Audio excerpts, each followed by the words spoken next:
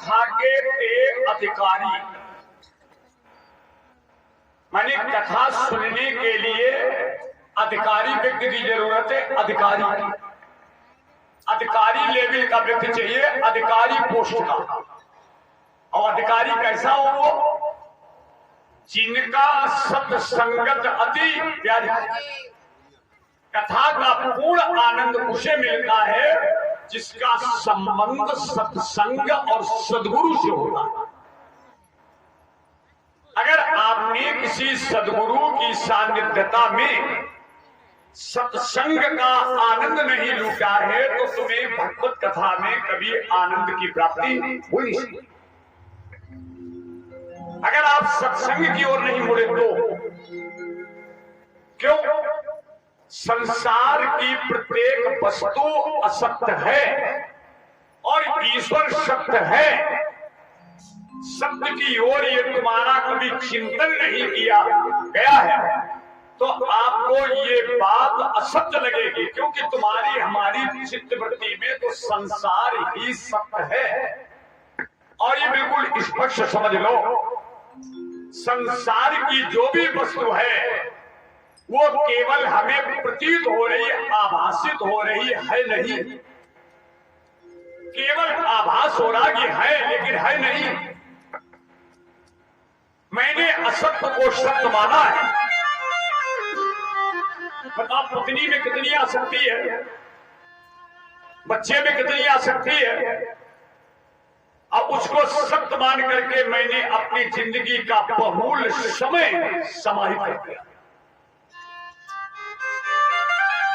अभी हम आपको अपने 1 मिनट की कीमत नहीं मालूम है कि 1 मिनट कितना कीमती है।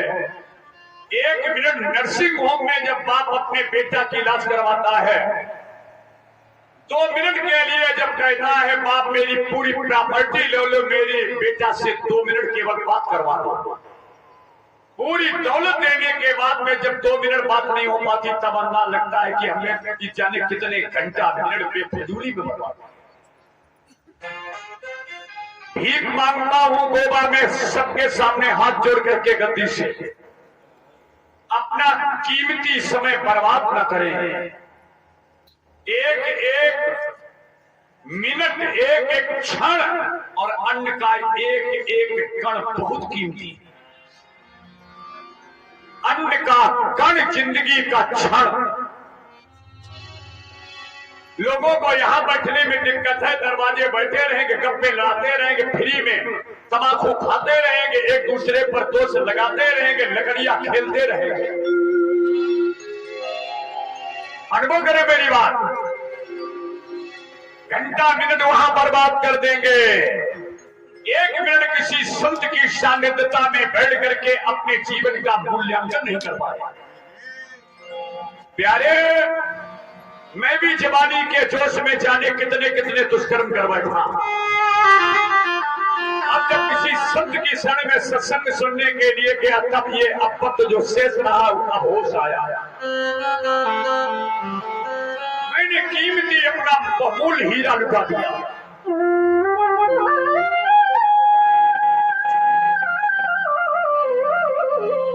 जाने कितने करोड़ों जन्म का पुण्य हुआ, उदय हुआ, तभी हमें चांस मिला। खुश रहो बेटा, बड़ी मेहनत का तुम्हारा पैसा है, बड़े भाव से समर्पित कर रहे हो।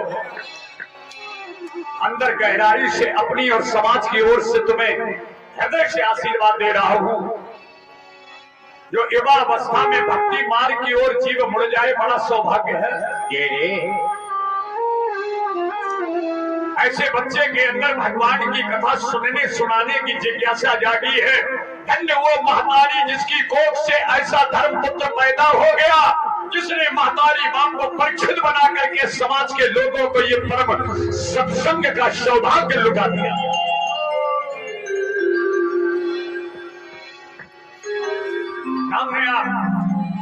सिंघनी एक बच्चा पैदा करती है और तमाम जानवर ऐसे बच्चा पैदा करते हैं जिन लोग डंडे से मारे जाते हैं। उपजे एक सपूत, धरे प्रभु को ध्यान, 7 कुलन को कार्य के करत जगत कल्याण। ये केवल तू देखी बात नहीं कर रहा, दिल की बात कर रहा है। ये गर्व और गौरव होता है जब संस्कारी बेटा पैदा होता है। बेटा तो तुम आप पैदा हुए, बंटवारा के लिए हुए, तुम्हारी बनी हुई कैरियर को समाज में लुटाने के लिए पैदा हुए, लेकिन कोई ऐसा बिरला पैदा हुआ है, चंद्रशेखर नाम लीजिएगा, भगत सिंह, शिवाजी, जिन्होंने मैं भारत माता की कोख से जन्म लेने का दूध का कर्ज अदा करके भारत का नया इतिहास स्वर्ण अक्षर में लिख दिया।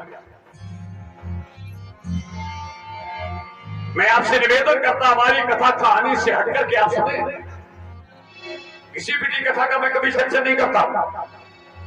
मैं ये निवेदन करता हूं, कथा हमारी व्यवहारिक जीवन में उतर करके जाए, कथा किसी नौजवान के हृदय में छू करके जाए, कथा किसी लड़की के चरित्र के अंदर समा जाए।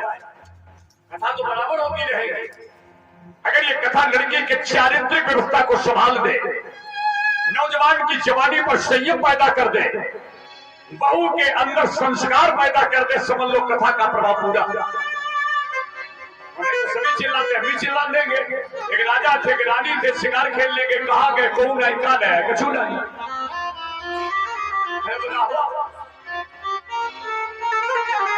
क्या रहा उससे? हमें तो अपने जीवन के उद्देश्य को देखना है। जीवन गुजर गया तब जीने का ढंग आया, और समाज जब बुझ गई तब मैथिल में रंग आया। अरे मेरे भाई भीख मांगता क्यों आए हो, क्या करना है, और अंत में कहा जाना है, विचार करो। क्यों आए हो? क्या केवल इसीलिए आए हो? खाओ पियो मस्त रहो। मामला इंटरनेट है, सीसीटीवी कैमरा लगे, एक एक मिनट का बायोडाटा सब फीड हो रहा है। ये मत समझ लेना जो तुम कर रहे कोई देख नहीं रहा है। जिस समय सुप्रीम कोर्ट में पहुंचोगे पूरा बायोडाटा निकाल कर दिया जाएगा। कभी कभी लोग क्या कहते हैं, यहाँ नबी पियो हुआ निकल चलो, लेकिन जो यहाँ है सो लोग का ध्यान है सो करो, उधर निकल चलो। हमने कहा बुद्धू, वो सीसीटीवी कैमरा तो सब में लगे हैं।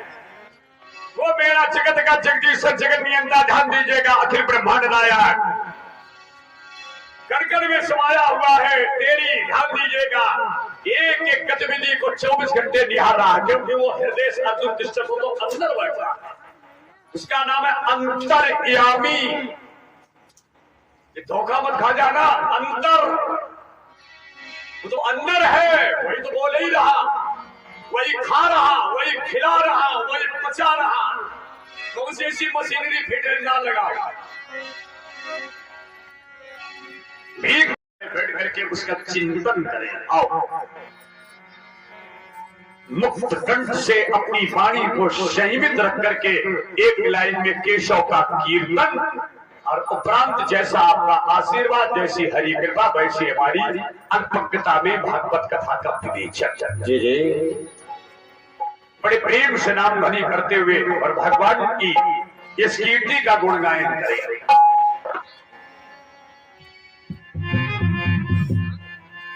जय हो।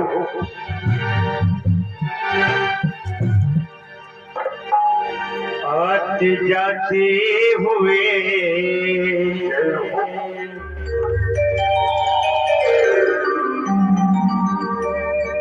आते जाते हुए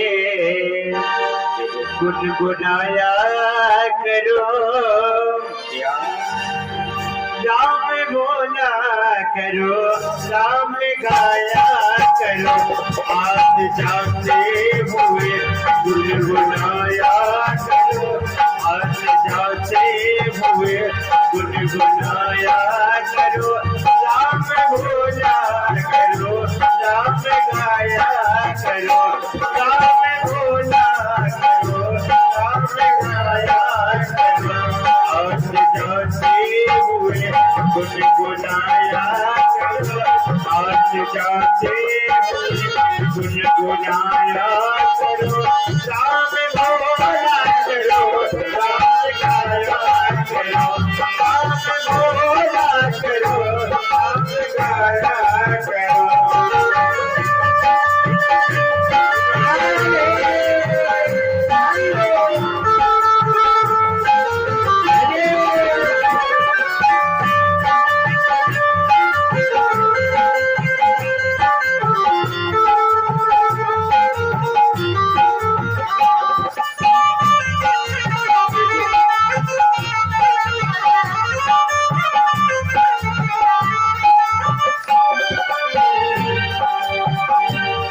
सरकते हो जैसे तुम संसार से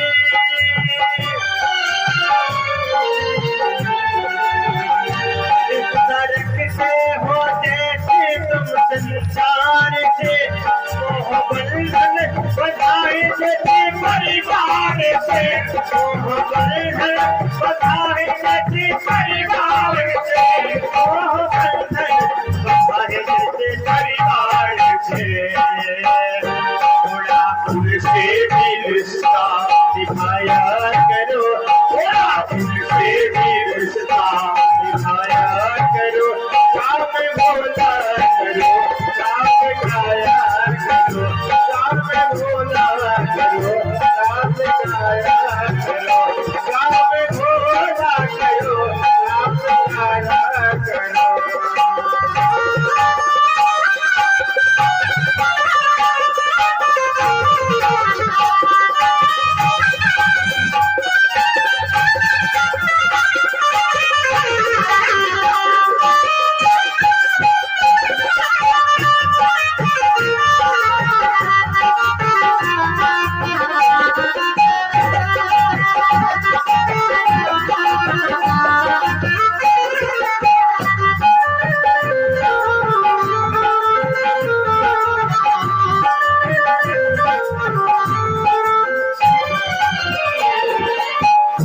जिंदगी है ये यूं ही गुजर जाएगी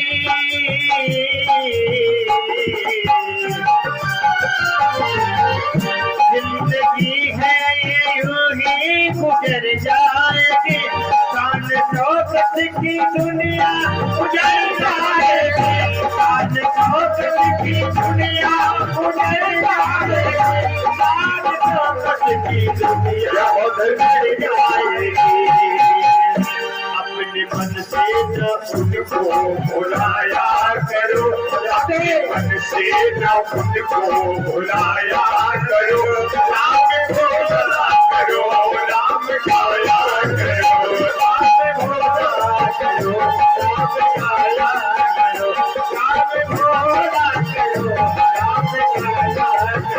नाम गाते हुए गुनगुनाया करो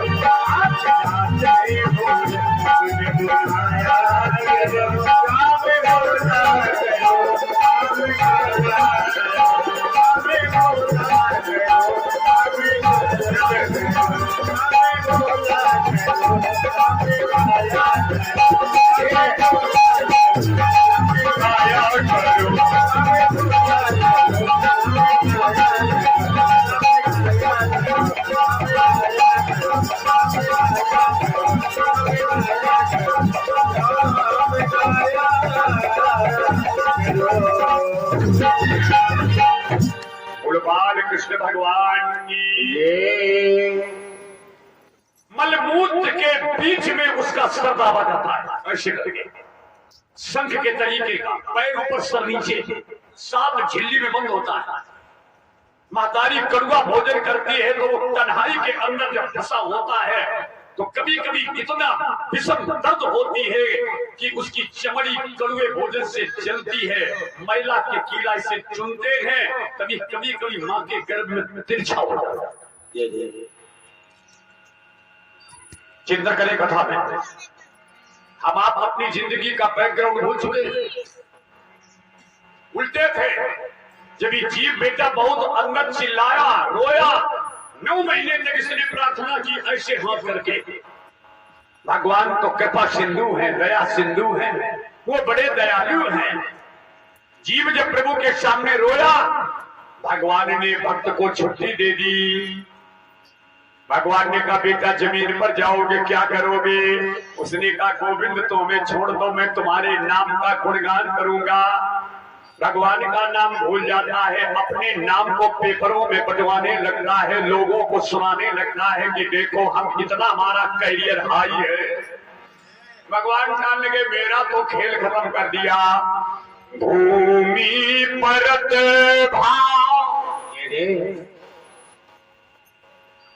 भूमि परत धावर पानी जीव वही माया लपेटानी। भूल गए बाबा, तिरवा के सुनार के घर में कोई चीज बाधा पर रखोगे, परसेंट भी लगेगा, बाधा पर नहीं छुड़ाओगे, मामला डूब जाएगा। हमने भी किसी सामरिया सेठ के अदालत में वादा किया था, नाम जपेंगे, ध्यान दीजिएगा, नामदानी लोग सुने, ध्यान सुमिरन भजन करने वाले जो गुरुदेव के परम शिष्य सुने। नामदान ले लिया लेकिन उसको कूड़ादान में डाल दिया। लिया तो गुरु के मुख से नामदान है, सिद्ध संत के मुख से सिद्ध महावाक्य लिया, डाला उसे कूड़ादान में है। अंदाज लगाओ वो गुरु की हाय और परमात्मा से झूठा वादा हमें कहां ले जाएगा। बोलो,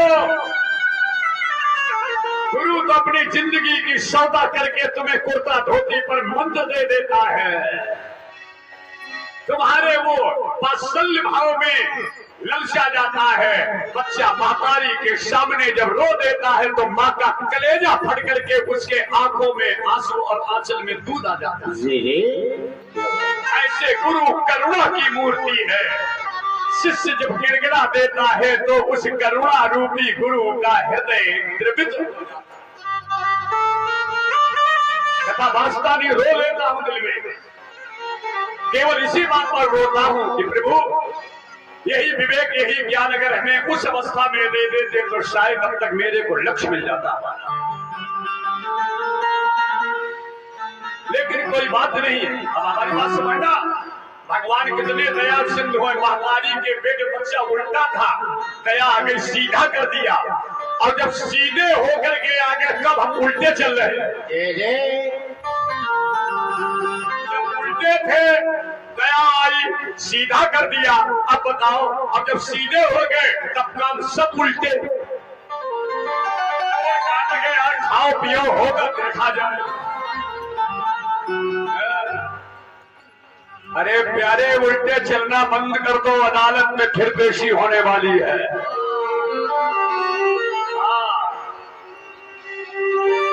तब तुम्हारा ये सीधा रखा हुआ कदम जो उल्टा रख रहे हो, एक एक कदम तुम्हारे लिए भारू पड़ जाएगा।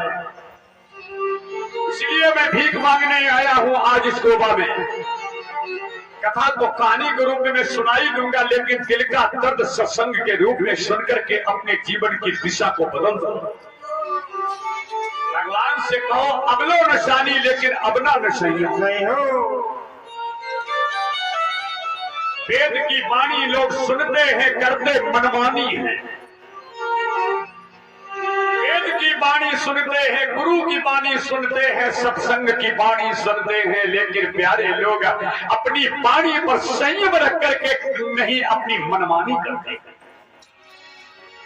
अब ज्यादा से ज्यादा आप मौन रहने का संकल्प करें, जो शेष समय है उसको आप संयम से बिताएं। प्रभु से भीख मांगता हूं कि हमारे द्वारा हमारी प्रॉपर्टी इस गुणगान ना हो कि हम कौन हैं। नहीं प्रभु, ये तो सब सांसारिक भौतिक सुख आज जिसका गुणगान कर रहे हैं, बड़े बड़े लोगों की प्रॉपर्टी लुट गई है।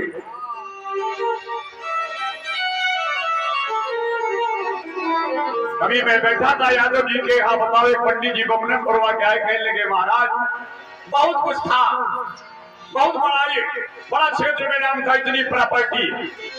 हमने कहा तुम भी कहते होगे, कहने लगे मैं भी सुना देता था महाराज, आज एक दाना के लिए मोहताज। अभी थोड़ी देर पहले जवान लड़का गया, बहू भी मेरी चली गई, 10 मिनट पहले बात। मैं सुनता रहा, अपने मन में चिंतन करता रहा, देखो ये भीख मांग रहा हूं बहुओं लड़कियों सबसे।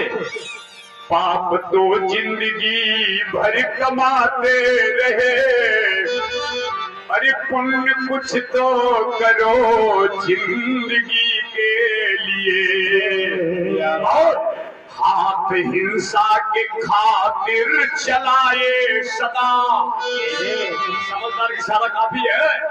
हाथ हिंसा के खातिर चलाए सदा, जोड़ दो इनको अब बंदगी के लिए। बहुत खाया है, तृप्ति नहीं मिली, कब तक खाओगे? ध्यान दीजिएगा, बहुत पी है, नशा नहीं हुआ। अरे ऐसा नशा कर ले जो दिन रात झूम जाए। क्या बात, जानते आप, अरे ये खेल है, ये भक्ति का नशा जिसके ऊपर चढ़ गया वो उतरा नहीं है, और ये तो नशा ध्यान दी चढ़ने के बाद में शिवर उतर गया है। ध्यान दीजिए, मेरे भाव सुनो, यही तो महाराज जी कथा जी में वर्णन कर रहे हैं। अरे भाई मोटी बात समझो, जहां मीठो तहिल मीठो तहिल। अच्छा बताओ, जहां मीठो तहिल मीठो तहिल। अब चलो वक्त निकल गया तो निकल गया भाई, हमको बगाते रहे, सब कुछ करते रहे, लेकिन अब तो संयम में आ जाए। हाँ कितने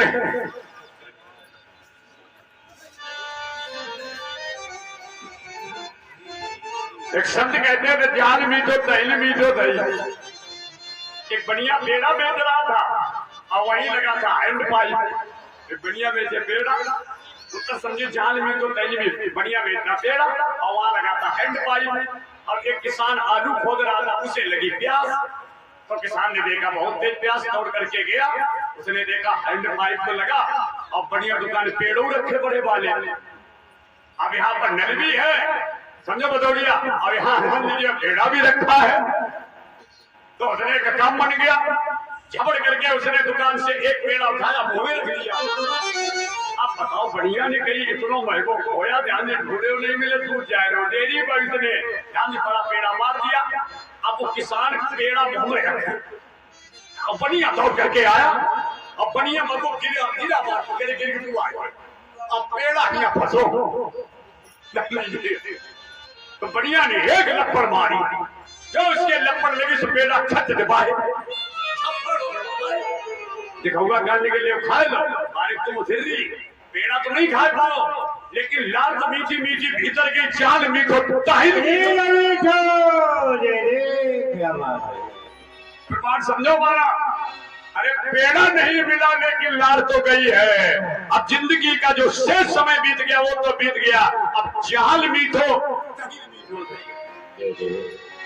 अब तो कर ले भजन, अब तो कर ले सुमिरन। ध्यान दीजिए, एक घड़ी कर ले, आधी घड़ी कर ले, आधी से आधी कर ले।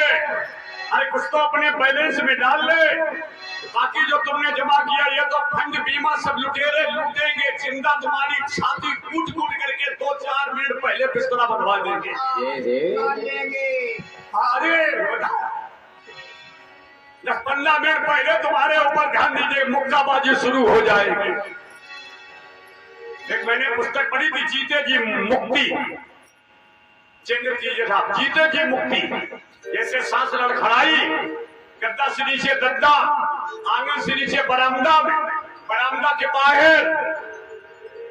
चिंता कीजिए, हमारे करीबी ने देखा कि हमारे दोस्त खत्म हो गए, व्यवहारिक ट्रैक्टर लेकर के आ गए, एक व्यवहारिक कंडा लाया, एक व्यवहारिक लकड़ियां लाया, एक लंबे व्यवहारिक कफन लाए। ध्यान दीजिएगा, हमारे बच्चा सब बीमा देख रहे हैं, पासबुक देख रहे हैं, एटीएम देख रहे हैं, हमारा बड़ा वाला लड़का हमारे लिए कुल्हाड़ी ढूंढ रहा है। मेरे माँ भोज में आओ, हमारा ही लड़का जिसके लिए खोपड़ी लगाए, गोवा में दौड़े घूम रहे, हमें कुछ रुपया मिले, लड़का के लिए। ध्यान दीजिएगा, और वही कहता बुढ़े जिंदगी भर तुमने खोपड़ी हमें लगाई, कभी खोपड़ी भगवान सर नहीं लगाई। चलो तुम्हारी मेहंदी घाट पर टाइमिंग सेंटर पर एक्सर करे चले, बताओ मेरा ही मेरे लिए। ध्यान दीजिएगा, कुल्हाड़ी लेकर के टाइमिंग सेंटर सिद्ध कर रहा है। अब तो 1 महीना रुक गए आपके आशीर्वाद से कन्नौज मेहंदी घाट पर। राधा कृष्ण का मंदिर बनाया, आपसे भीख मांग करके 15 दिन गरीबों संतों को भोजन लुटवाते हैं फ्री ऑफ चार्ज। 30-35 वर्षें हो गई है।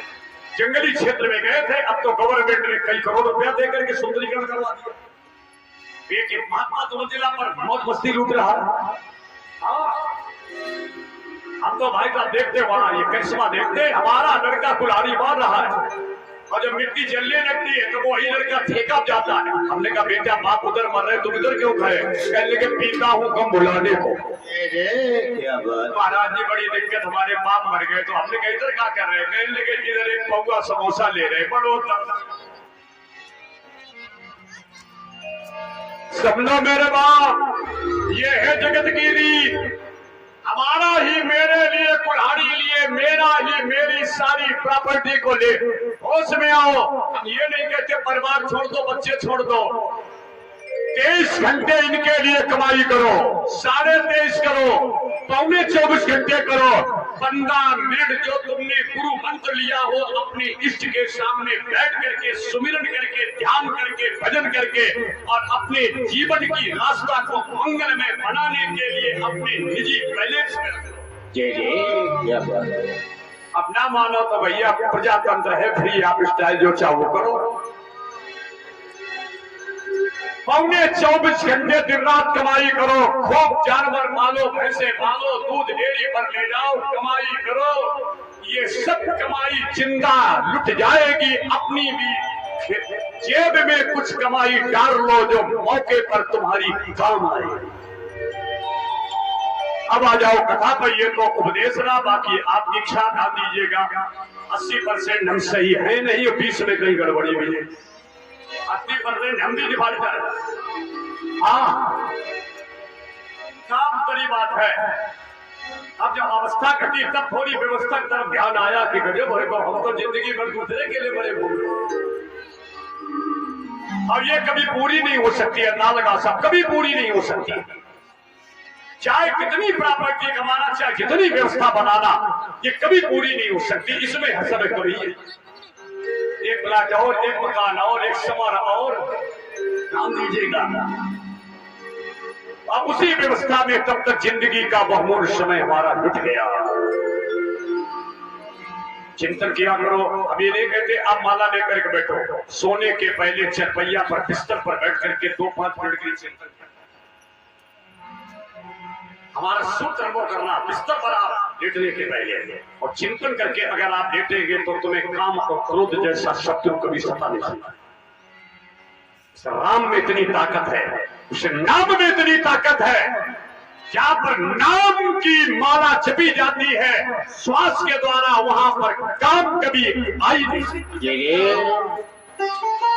लोग कहते काम नहीं जीत पाया, मैंने कहा जीतता है। वो नाम जब आप लेना शुरू कर देंगे तो तुम अपने नाम की बड़ाई करना शुरू बंद कर देंगे। अगर अपने नाम की बड़ाई तुम कर रहे हो तो इसके माने अभी नाम तक तुम्हारी पहुंच हो ही नहीं। एकदम इतना आनंद आता है। इस समय में ज्यादा से ज्यादा प्रेमानंद महाराज जी को सुन रहा हूं, जिनकी 18 साल से किडनी फेल है।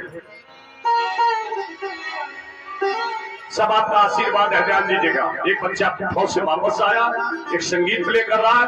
इस समय एक बच्चा बिहारी जी के मंदिर में दर्शन कर रहा है। प्रॉपर्टी में आग लग जाए हम नहीं आ। हर महीने एकादशी बनाने का संकल्प किया था, फिर अपने उनसे कह दिया फिर शुरू कर दो। ये गान में एकादशी पारायण करवाएंगे, वेदी घाट में संतों को भोजन, इसके बाद पुनः फिर करो, जिससे कुछ शांति मिले। सुख तो है, लोगों को शांति नहीं है।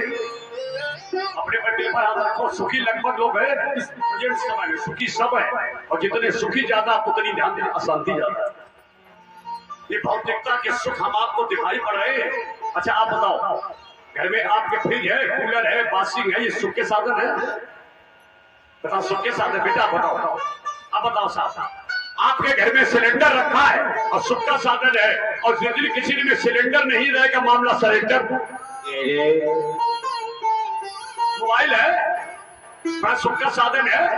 जहां पर ईश्वर को नहीं रखे वहां पर दिल पर भगवान रूपी मोबाइल को रखे, बताओ। और जिस दिन तुम्हारा उसमें बैलेंस नहीं रहेगा, मामला डिसबैलेंस। अगर तुम्हारी चिप हो जाए तो समझ लो मामला चिप चिप। ये जितने भौतिक सुख सुविधा के साधन हम आप समझ रहे हो, यही मेरे दुख के कारण। ये बार तजुर्बा भाई साहब के प्रबुद्ध करके आप बैठे हो तो घर में नमक आवाज आकर मन छत में कर गया। ना मैं मोबाइल का विरोध कर रहा हूं, ना मैं सिलेंडर का विरोध कर रहा हूं, ना मैं साड़ी का विरोध कर रहा हूं।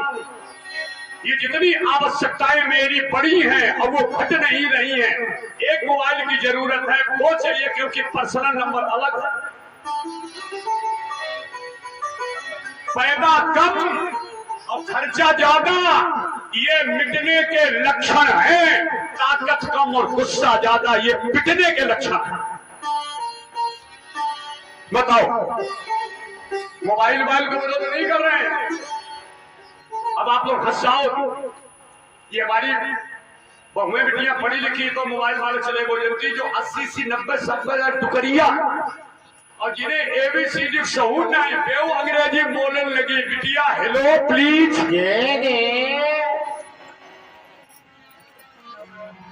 बताओ। ये बीच में कोटेशन थोड़े पसंद करने वाले हैं। अभी हमारे झोला में बहुत माल रखा है, अभी तो नॉर्मल टेबलेट खिला रहे हैं। यहाँ पेशेंट जब निकलेगा बिल्कुल ओके निकलेगा पंडाल से।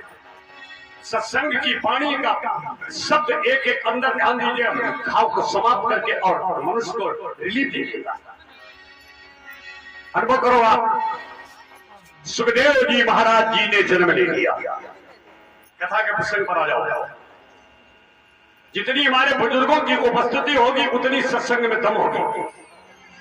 संगीत हमारा जब कभी बनेगा वो भी सब सिस्टम, चैनल सिस्टम से ध्यान दीजिएगा, टीवी सिस्टम से सब भजन संध्या के गीत हो गए। सुखदेव जी महाराज जी ने जन्म लिया और जन्म लेने के बाद में सुखदेव जी हरिद्वार के लिए चलते। अब बताओ दिव्य ज्ञान गर्भ में था और क्यों था?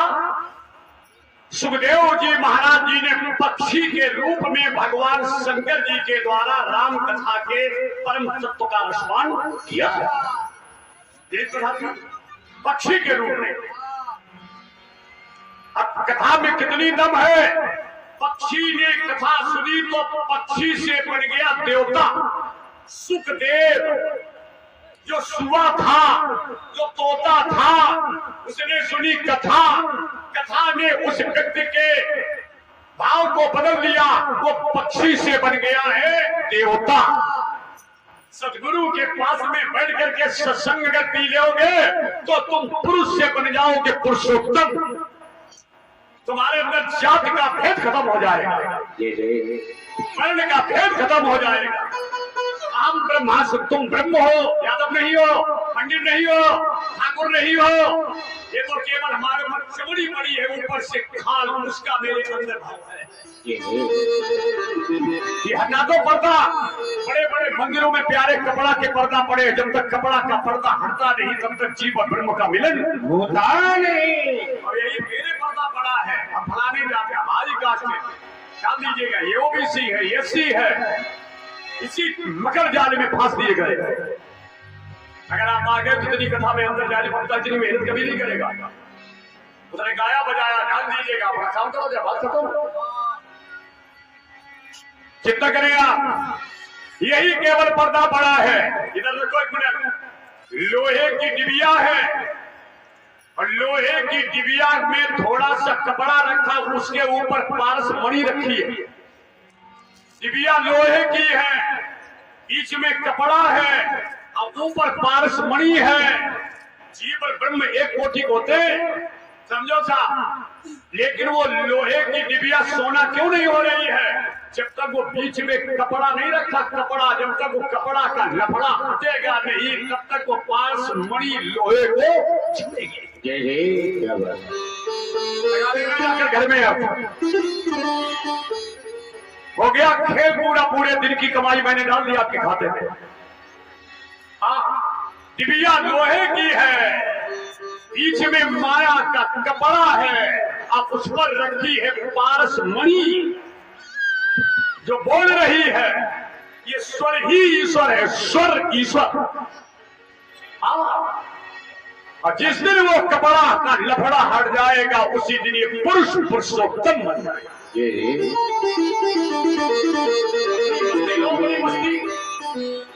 अपने जगत में नहीं देखो, कोरी कल्पना है, सब कोरी बनावट है। ये कोरा कागज है, ये काल्पनिक है व्यवस्था सा, कुछ नहीं। हाँ, सुखदेव जी को ब्रह्म ज्ञान हो गया और सुखदेव जी हरिद्वार के लिए चले गए। गंगा जी के तट पर बैठ करके 16 वर्षीय श्री सुखदेव जी परमहंसाचार, घुंघराले घुंघराले झड़ूले झड़ूले केश हैं। गंगा जी के तट पर परमासन लगा करके 16 वर्ष का बच्चा इस समय हमारे गोविंद के पाद पद्मों का चिंतन कर रहा है। 16 वर्ष का महतारी का बेटा गंगा के घाट पर बैठ करके आज मेरे बाके बिहारी के घुंघराले बात तिरछे नैना मंद मंद मुस्कान धनुष कैसी भावे तिरछी चितवन उनके नाखून मणि के समान चमक रहे हैं, जिनके पैर में पद्म का चिन्ह है, ऐसे भगवान गोविंद के पाद पद्मों का वो आनंद। अब तुम्हें नहीं आनंद आ रहा तो इसके तो ठेकेदार नहीं है। समझाने का मजा लूट रहे हो, हम क्या हम खुशी क्या ले रहे हैं? अपने अपने चक्कर में लोग आते हैं, कुछ आनंद के चक्कर में आते हैं, कुछ मजा के चक्कर में आते हैं। जब सुखदेव जी चले गए, कथा पर बजा रहा हूं, सुखदेव जी के पिता के अंदर बेचैनी हो गई। पिता कौन? व्यास। 16 वर्ष का बेटा चला गया। व्यास जी के अंदर बेचैनी, मेरा बेटा, मेरा बेटा। कल मैं बोला था ये वही मेरी माँ है जिसने 9 महीने का बदन ढोया है, वही मेरी माँ है खून की होली खेल करके, मौत का मुंह देख करके, करवटें बदल करके, करा करके लल्ला को पैदा किया है।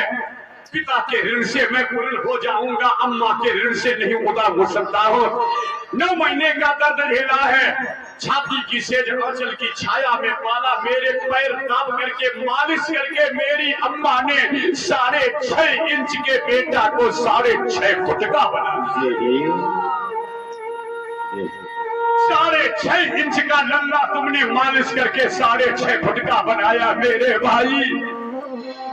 और वही बच्चा जब सयाना होता है तब माँ के पैर छूने में उसे शर्म लगती है, तब माँ बाप का कलेजा फटता है।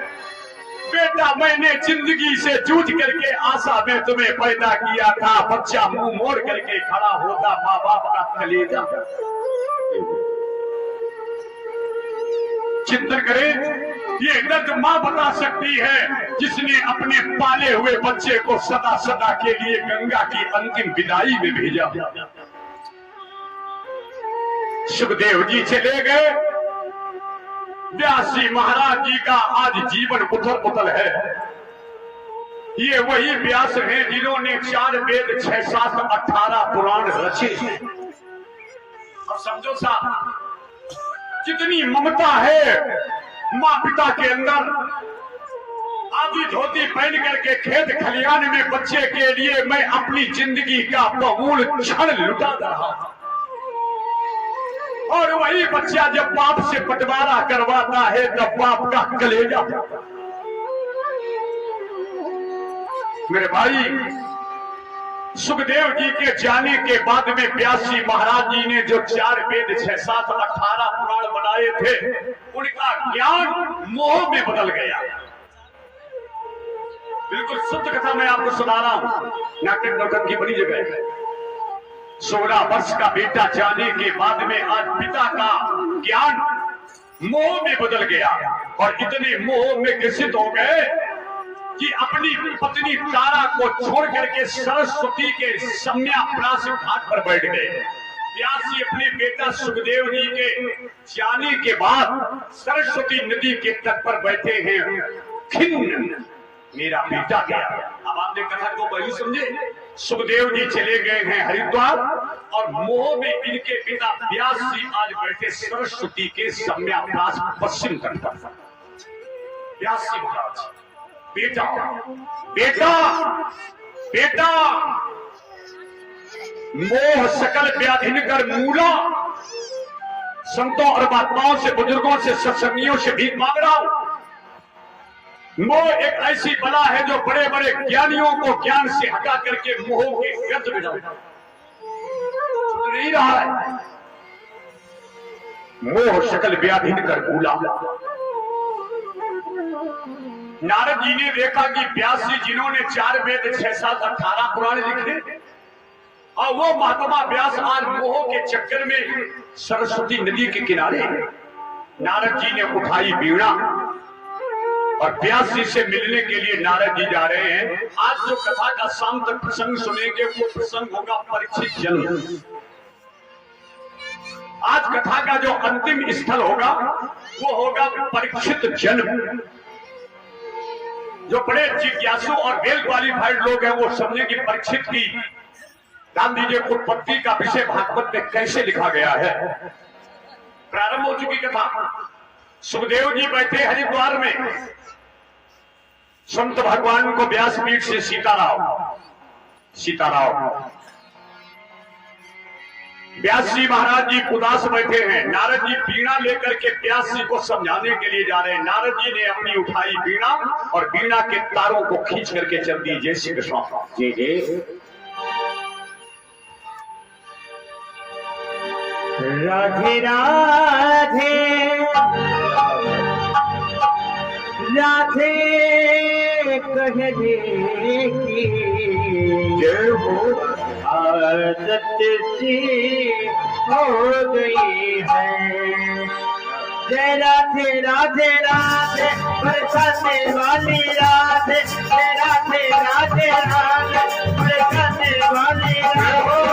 जय राधे राधे राधे बरसाने वाली राधे। जय राधे राधे राधे बरसाने वाली राधे। जय राधे राधे राधे बरसाने वाली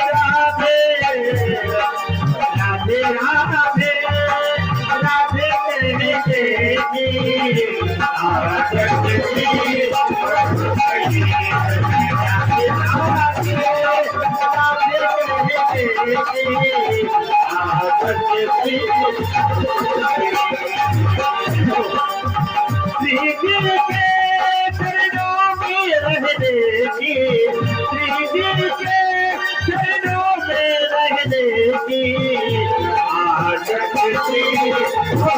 राधे राधे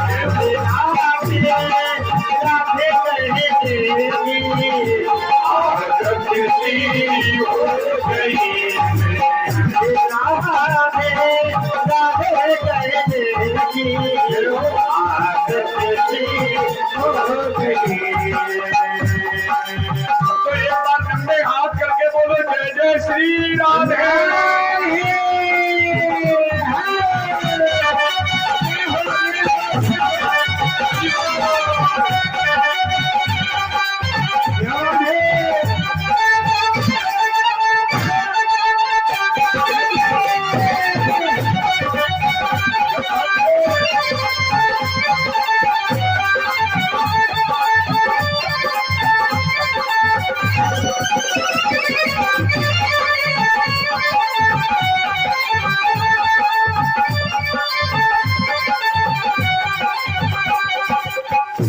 सभी लोग क्या बोलेंगे? आज से अपनी आदत में अभ्यास में एक ही चीज डालना, पूरे गोवा में अभी ही आवाज होनी चाहिए। क्या आप नमस्ते नहीं बोलोगे, बाय नहीं करोगे, बाय चाचा नहीं बोलोगे। क्या कहना? आज से सब भैया बहन बोलेंगे राधे राधे। क्या बोलोगे? क्या बोलोगे? क्या बोलोगे? किसी किसी की हिम्मत नहीं पड़ती बोलने का, ना लगा हमें मालूम पड़ता, आपने जबड़ा बंद कर दिया। जोर से बोलो। आज से क्या बोलोगे? कैसे बोलोगे? सुबह भी बोलो, शाम को बोलो। पड़ोसी से अगर लड़ाई हो तो उससे जरूर कहना राधे राधे। ये मैं तुमसे भीख मांगता हूँ, आज पड़ोसी से जरूर कहना जिससे बोल चाल बंद हो। हमारी आपकी जमीन वाली, दरवाजे वाली, खूंटा वाली, खरंजा वाली लड़ाई अपनी जगह है, लेकिन लड़ाई के लिए मैं एक आपसे निवेदन करता हूँ पड़ोसी से, ये मैं कुर्ता में भीख दे दो, पैसा ना चढ़ाओ, जरूर कहना जाकर पड़ोसी से। क्या बोलोगे? क्या बोलोगे? कैसे बोलोगे? जो बोलेगा राधा क्या होगा? उसकी कट जाएगी जीवन की सारी बात। लंबे हाथ करके बोलो जय जय श्री राधे।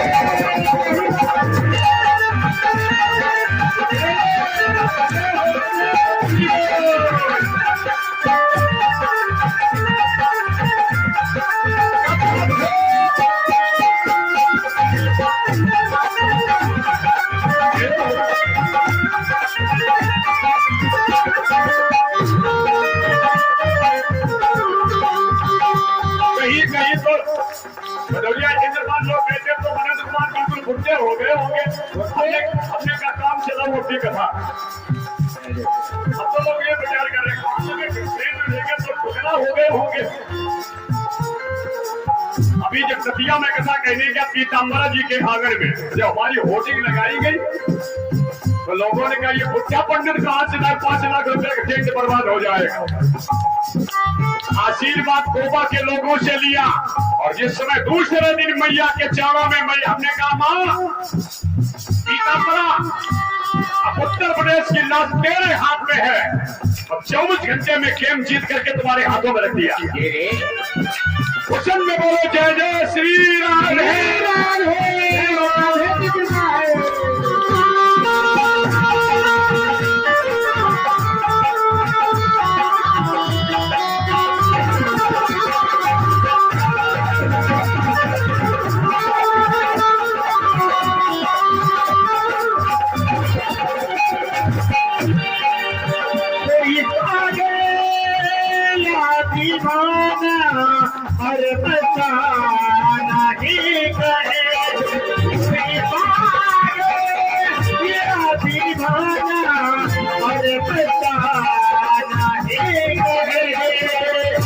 कोई पागल या दीवाना या मस्ताना ही कहे ऐसा पागल कि मुझे पागल पागल मत बोलो।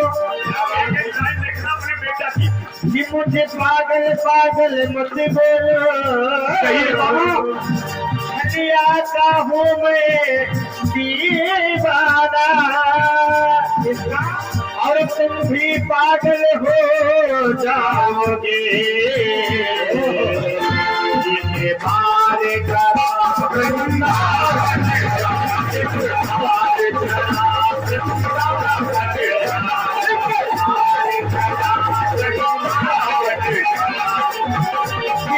पागल है धन दौलत का एक बात बहुत प्यारे सुन लेना गाना नहीं हो रहा है कि कोई पागल है धन दौलत का। कोई पागल बेटे नारी का और सच्चा पागल वो ही है जो पागल पागल बिहारी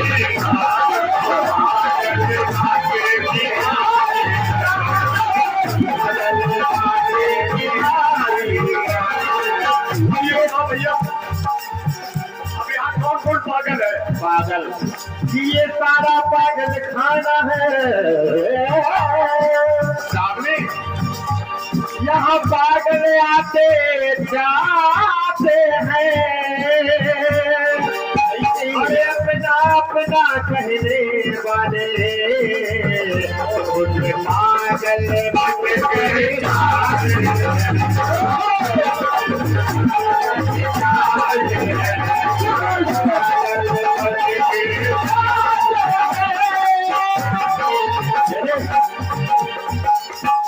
यूट्यूब चैनल का जो बेटा बैठा ये तो बीच में मत हो गया। हमें ऐसा हो कि लाइव चलाना बंद कर दो। पागल हो जाओ अब भैया। बताओ हमारे बाके भी हरि जी का कौन पागल है? पागल हमें तो भैया गोपा में सब सहूरदार दिखाई पड़ रहे हैं। बिहारी जी का कोई पागल नहीं है। मरीजी जी अच्छा ईमानदारी से बताओ पागल तो कोई नहीं, कोई पगली है। पगली बिहारी जी के नाम की कोई पगली है? हाथ उठा दो। इनके नाम के पागल दौलत वाले तो सभी पागल, तुम भी पागल, हम भी पागल। इनके नाम का कौन पागल है? हाथ उठा दो। वृंदावन कौन कौन गया?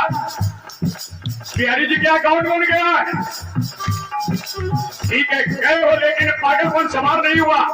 सवार तो हुआ था पागल बाबा के ऊपर, क्या बात। जिन्होंने जज की नौकरी से इस्तीफा लिख दिया। बोलो 9 मंजिल का मंदिर बना दिया। उन्होंने दौलत पे आग लगाई। उन्होंने कहा ये सब चोरी कल्पना में चिल्लाता रहा। मैं अपना नाम करता था जज है, प्रॉपर्टी है, सब धोखा है। उठाई कलम इस्तीफा लिख दिया और बिहारी जी के की रज में आकर के पागल हो गया। कौन कौन पागल है? अगर पागलपन हुआ हो तो लंबे हाथ करके ताली बजा करके मस्ती में बोलो वृंदावन बिहारी लाल की। जमाना कहे पागल जमाना कहे खबरिया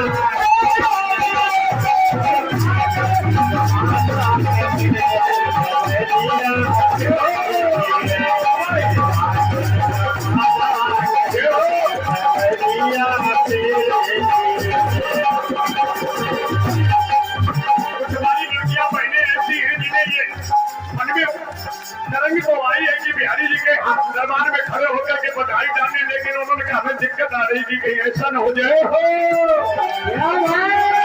पागल जमाना कहे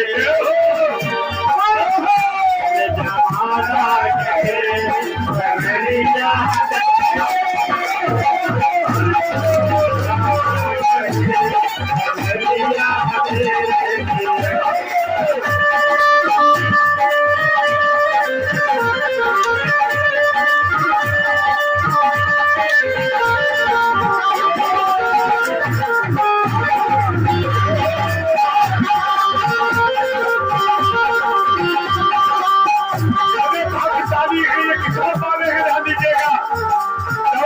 पागल बनकर सभी नचे हैं, लेकिन किस्मत वाले बिहारी जी के चावा में ध्यान दीजिएगा, बेशर्म होकर के नचे हैं। वृंदावन बिहारी लाल की वृंदावन काटे तो देखो वृंदावन काटे तो देखो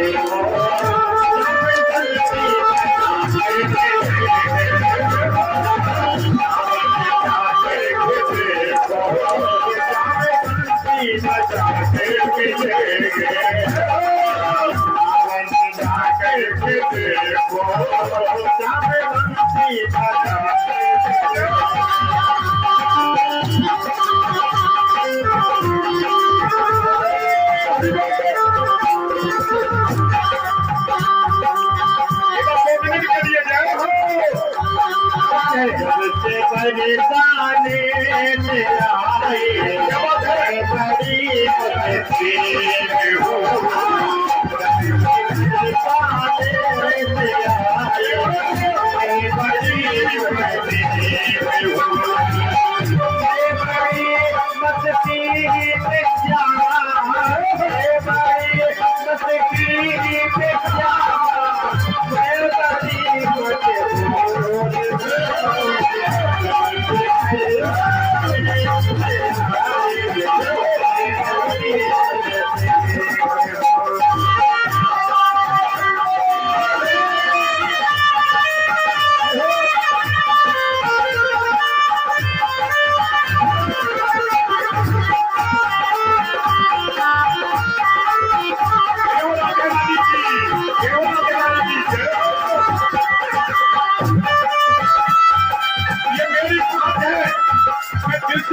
मेरी तमन्ना ये कहती कि मैं उतर करके पैर छू लूं, पैर ध्यान दीजिएगा। जय हो।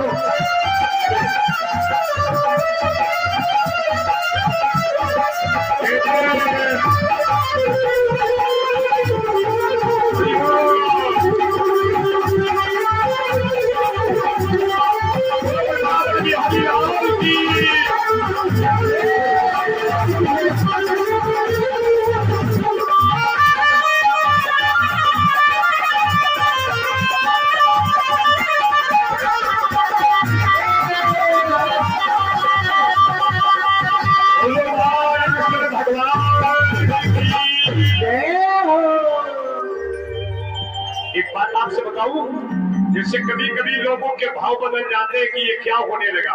आपसे निवेदन करूं, किसी किसी को कैलेंडर दिखाई पड़ता और किसी किसी को कैलेंडर में भी भगवान दिखाई पड़ता।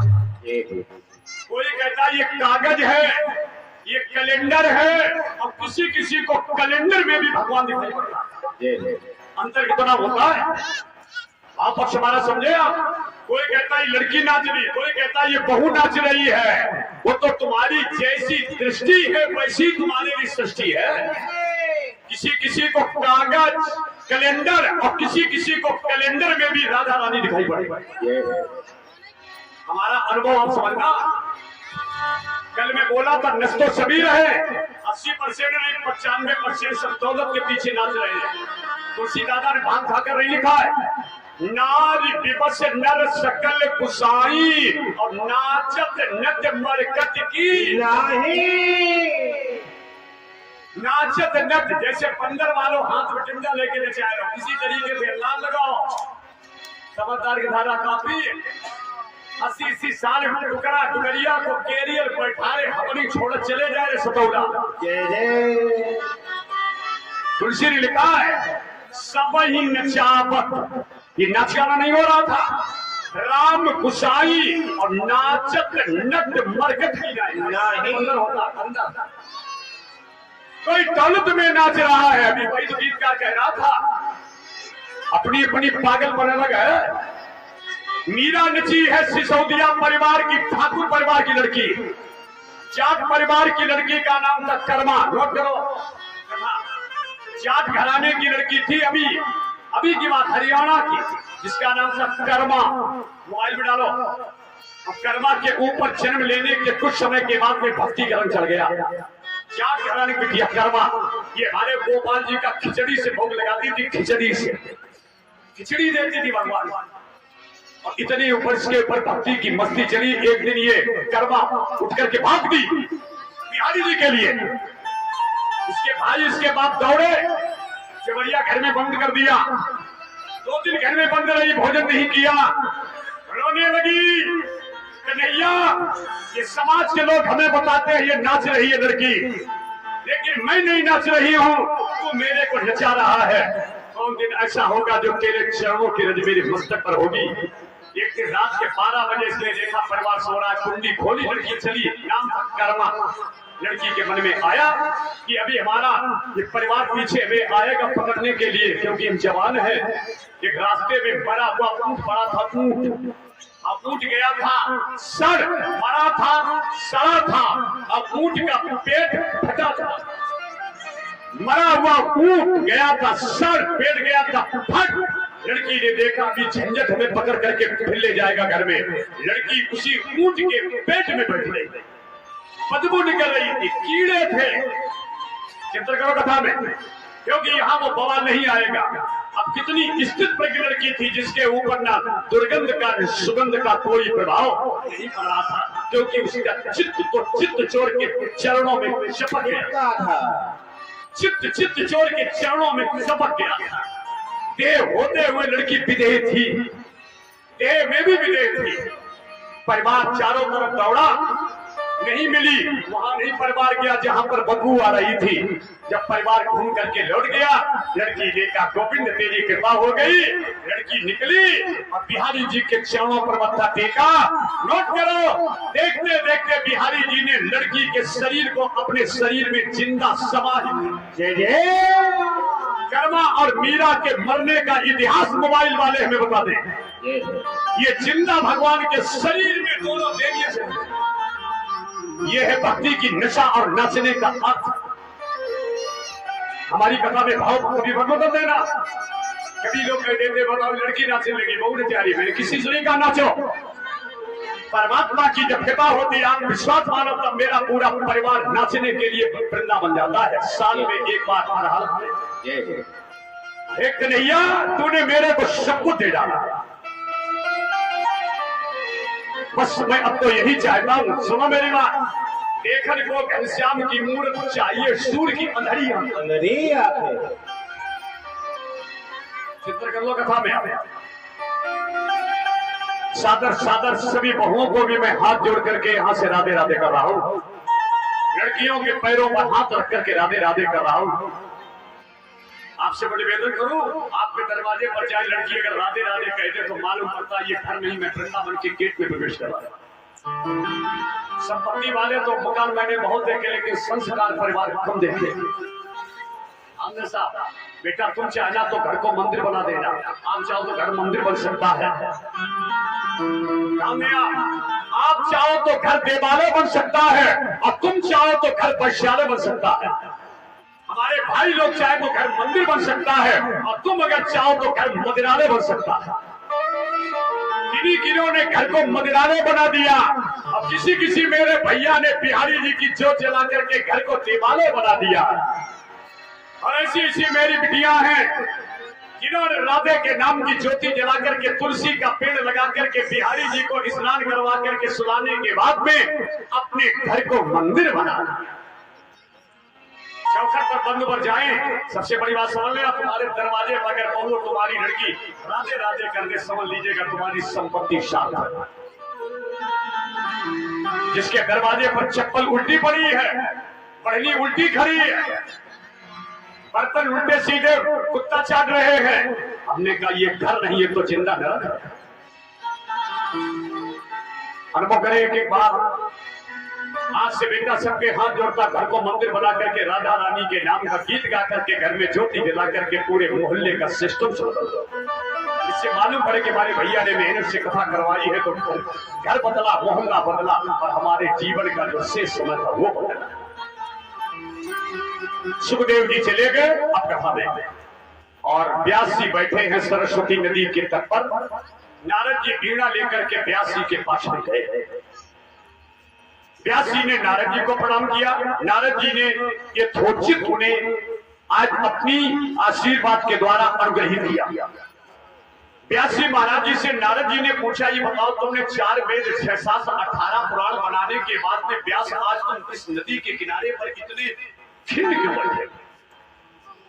व्यास जी महाराज जी ने कहा, महात्मा नारद, हमारे दिल का दर्द आप सुनोगे अवश्य। मेरा 16 वर्ष का बेटा जिसका नाम सुखदेव 16 वर्ष के बाद में पैदा हुआ और वो भी हरिद्वार चला गया। आज वो बेटा के जाने का दर्द मेरे दिल से निकल गया। कहने लगे, बेटा के मोह में तुम इतने दुखी कि आज तुम बच्चे के जाने के बाद में इतने मनहीन हो गए हो। ये तुम्हारा बच्चे के जाने का मोह। अरे बच्चा कोई गलत रास्ते पर तो नहीं गया है। 16 वर्ष का बच्चा संत बन गया है, कोई क्रिमिनल तो नहीं बना है। भाग्यवान घर से कोई संत फकीर पैदा होता है। बात हमारी आप समझ रहे? नारद जी ने व्यास जी से कहा, बेटा तुम्हारा भक्ति मार्ग पर गया है, कोई दुष्कर्म मार्ग पर तो नहीं गया है। और फिर भी तुम्हें दर्द है। तो ये बच्चे के जाने का मोह तुम्हारा तब दूर होगा जब भागवत के अंदर तुम 5वें वेद महाभारत की कथा लिखोगे। शुरू हो गई कथा। जब तक तुम 5वां वेद महाभारत इसकी कथा नहीं लिखोगे भागवत के अंदर, तब तक तुम्हारे बच्चे के जाने का मोह तुमसे दूर हो रही है। ये महाभारत का प्रसंग व्यास जी ने सरस्वती के नदी के तट पर कब लिखा है? जब इनका बच्चा चला गया था, इनके अंदर मोह था। नारद ने कहा, मोह हट जाएगा, महाभारत लिखो। आई कलम व्यास जी ने और सरस्वती नदी के किनारे पर 5वां वेद महाभारत लिखना प्रारंभ कर दिया। ये बड़ी सरल प्रस्तुति है। कौरव संजयाना वीर स्वतो वीर गतिम गतेषु भृगोदरा विद्य गदा विवर्षे। ये भागवत का मंत्र है। भगनोरुदंडे धृतराष्ट्र पुत्रे। आप हमारे दो पहलू समझ ले बेटा। अब आपको बहुत बौद्धिक क्षमता से भले आप समझे, ये वैदिक विद्वानों की कथाएं भागवत हैं। ये भगवान कृष्ण के मुख से निकली हुई भागवत है। ये कोई नाचने गाने का तमाशा नहीं। भागवत कोई सामान्य पुस्तक नहीं है। सामने हमारे ठाकुर जी का सच्चा निवास भागवत में है। भागवत को कथा सुनकर के परीक्षित को मौत की जगह पर मुक्ति मिली थी। यही कथा सुनकर के मौत से बचे थे, मुक्ति मिल गई। ये वो चीज है। किसी भाग्यवान के दरवाजे पर संस्कारी सदाचारी सदगुरु बैठ करके कथा का पवित्र मंचन करता है। आज हमारे इस समय में कथा को लोगों ने रंगोली रंगा रंग बना दिया है। चिंता करें आप। व्यास जी लिख रहे महाभारत।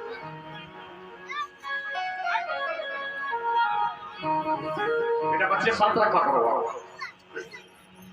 बड़ी आदर्श लोग आए हैं दूर दूरांतर से, मैं समझ रहा हूं। अब आपसे निवेदन करूंगी, परीक्षित जन्म की कथा सुनोगे तो तुम्हारे दिल के अंदर एक धड़कन बढ़ जाएगा, परीक्षित पैदा करेगा। ये व्यास जी महाराज जी ने महाभारत कब लिखा है? जब बेटा चला गया था। और महाभारत के अंदर विशेषता क्या है? वैसे लोग कहते हैं कि महाभारत की पुस्तक को लाना नहीं चाहिए, महाभारत को सुनना नहीं चाहिए, महाभारत को पढ़ना नहीं चाहिए। जो पढ़ते सुनते उनके घर में महाभारत हो जाता है। हमने कहा तुम्हारी सोच बड़ी घटिया है। यदि महाभारत न होता तो भगवान कन्हैया के मुख से गीता का जन्म नहीं होता। बोलो, ये महाभारत एक ऐसा, भारत में महाभारत हुआ है जिस महाभारत की भूमि में खड़े होकर के भगवान ने अर्जुन के मोह को दूर करने के लिए गीता के मंत्रों को सुनाया था। महाभारत की पहली उपलब्धि सुनो, महाभारत ना होता तो कृष्ण के मुख से गीता नहीं निकलती। यदि महाभारत ना होता, नौजवान सुने, तो खाटू श्याम की पूजा नहीं होती। ये देखो परवड़ी का कटा हुआ सर कलयुग में गांधी जी का पूजनी बनकर के बैठा है। महाभारत से खाटू श्याम की पूजा हुई है। बोलो, लोग कहते हैं महाभारत खराब, बताऊं तुम्हें, महाभारत यदि न होता तो परीक्षित का जन्म नहीं होता, महाभारत न होता तो विदुर नीति नहीं होती, महाभारत न होता तो भीष्म गीता नहीं होती। जो पांच सैया पर लेट करके भीष्म पितामह ने पांडवों और द्रौपदी को उपदेश दिया था, उसका नाम भीष्म गीता। पोस्ट ग्रेजुएट नौजवानों की गोबा की जमीन पर हमें जरूरत है। संगीत अपनी जगह, साज अपनी जगह, लेकिन मार्मिक शब्दों का आप दर्शन करते रहना। सबकी इच्छा पूर्ति करने के लिए सबको देना पड़ता। सब्जी कितनी बढ़िया और नमक नहीं पड़ा है तो बिना नमक है व्यंजन जैसे।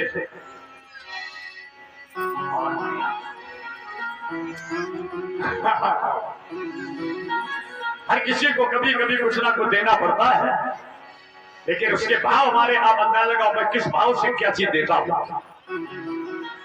ये महाभारत की सब उपलब्धियां हैं। महाभारत पढ़ने योग्य है, सुनने योग्य है, मनन करने योग्य है। महाभारत की गीता पढ़ो, महाभारत की भीष्म गीता पढ़ो, महाभारत की विदुर नीति पढ़ो, महाभारत का चाणक्य नीति पढ़ो, महाभारत के खाटू श्याम की कथा सुनो, महाभारत से परीक्षित जन्म की कथा सुन करके अपने जीवन में सच्चा आनंद। अब तो लड़कियां भी बहुत पढ़ी लिखी होती हैं, जानती है, ग्रेजुएशन कर रही है, कोई इंटर कर रही है। वक्ता के वो वक्तव्य को सुन करके अब तो बड़े बड़े शहरों में लड़कियां शाम को बैठ करके प्रश्न कर देती, महाराज जी व्याकरण का आपका विषय क्या है। वो जमाना चलेगा जो ना लगाओ, तमाम प्रकार के अनलीगल लोग गीत गा करके चले जाते हैं। समाज बहुत परिवर्तनशील हुआ है, वेल क्वालिफाइड लोग हो चुके हैं, चिंतन करें कथा में। अच्छा, आपसे निवेदन, परीक्षा शुरू कर रहे हैं। महाभारत क्यों हुआ? महाभारत क्यों हुआ? लोग कहते हैं कि कन्हैया ने महाभारत करवाया। आपने कितनी घटिया सोच, कृष्ण ने नहीं करवाया। महाभारत के दो पहलू हैं। पांडव कितने भाई थे? 6। अच्छा, 5 नहीं थे? 5 थे, 6 पहले हैं। 5 माने की 6? 6 मानो 6, 5 रहेंगे। 5 थे, अब 6 हैं। 6 थे, 5 रहे। वैकल्पिक तरीके से कर्ण वैकल्पिक ध्यान दीजिएगा। तो वास्तविकता की दृष्टि से पांडव 5 थे। पांडव कितने थे? 5। देखना, 5 पांडवों में बड़ा कौन था? धर्मराज युधिष्ठिर। 5 में बड़ा था धर्म। संख्या कम है, संख्या बल कम है, लेकिन बड़ा है धर्म।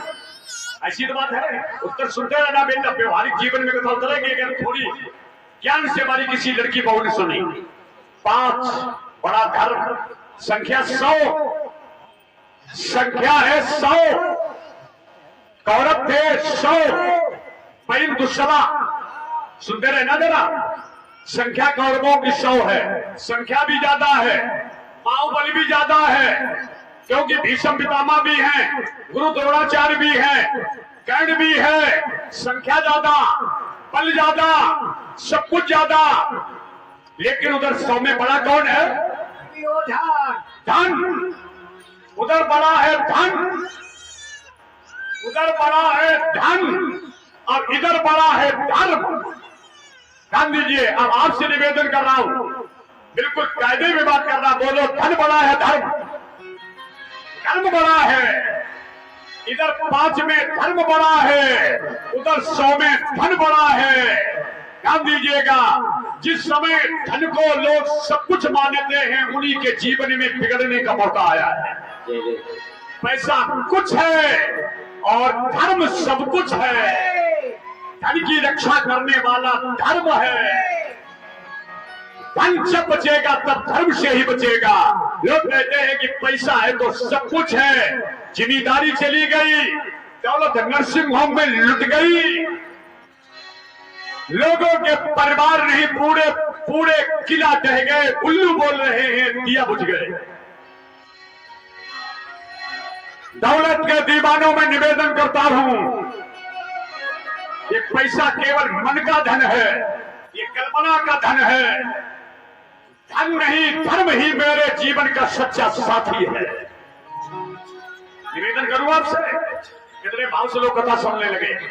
धन धर्म से कमाओ और समय आने पर धन का कुछ हिस्सा श्रद्धा विश्वास से धर्म में लगाओ। ये मैं नहीं कहता हूं कि हमें लुटाओ, किसी गरीब लड़की के कन्यादान में लगाओ, किसी संत के आश्रम में भंडारा के निमित्त ले जाओ। सुन लो प्रसंग, घर में बताना जाकर बेटा, ये भाई भाई की लड़ाई नहीं हुई है, ये लड़ाई हुई है धन और धर्म की। धर्म जीता है और धन हारा है। और बताऊं तुम्हें, भगवान श्याम सुंदर ने इतना चाहा कि भाई भाई में युद्ध न हो। चिंता कीजिएगा हमारी बात पर, अभी इधर बोल रहे हैं आपकी तरफ। अगर आप थोड़ा समय देंगे तो कथा को राम कथा से जोड़ देंगे। भगवान श्री यादवेंद्र सरकार ने बराबर ये प्रयास किया कि भाई भाई के अंदर विद्वेष ना हो। खुश रहो, यशस्वी हो।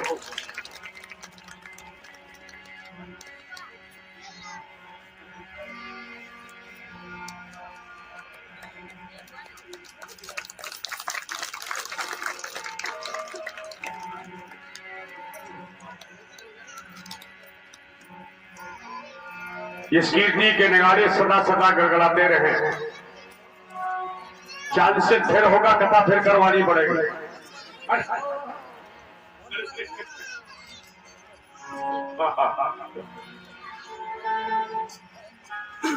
भाव पक्ष में आए आप कथा में।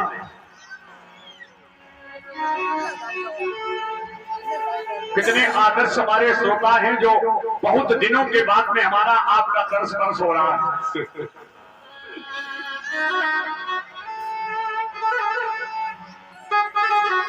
मडोरिया परिवार में आए थे वीरेंद्र कटियार के यहाँ, कनौजिया के यहाँ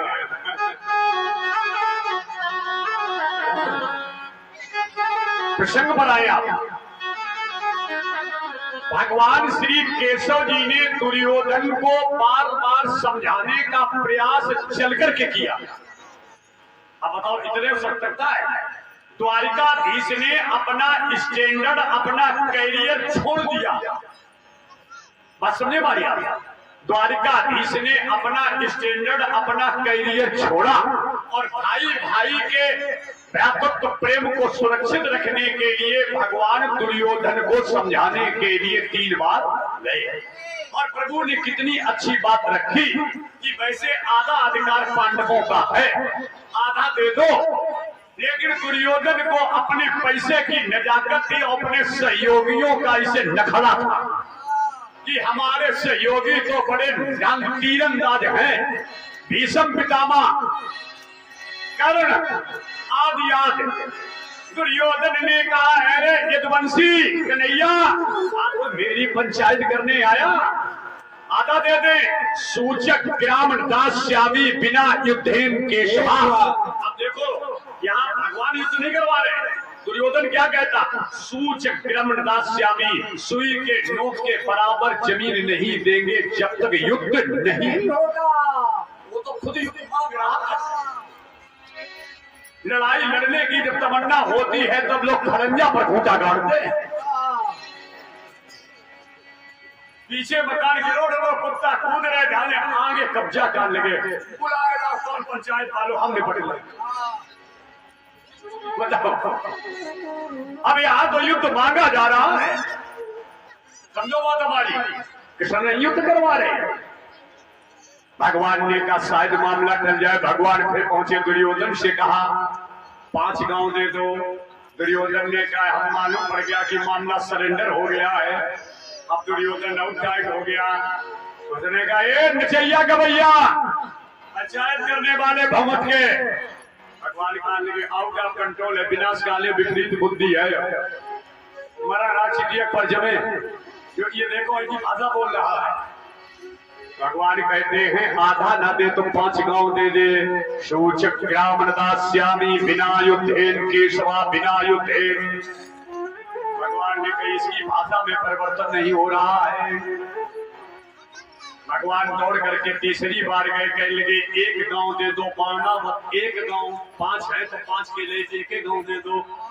वो फिर बोला सूचक ग्राम राश्यामी। भगवान कहने लगे हमें मालूम पड़ता मामला किनारे है। यही विधना दारुण दुख दे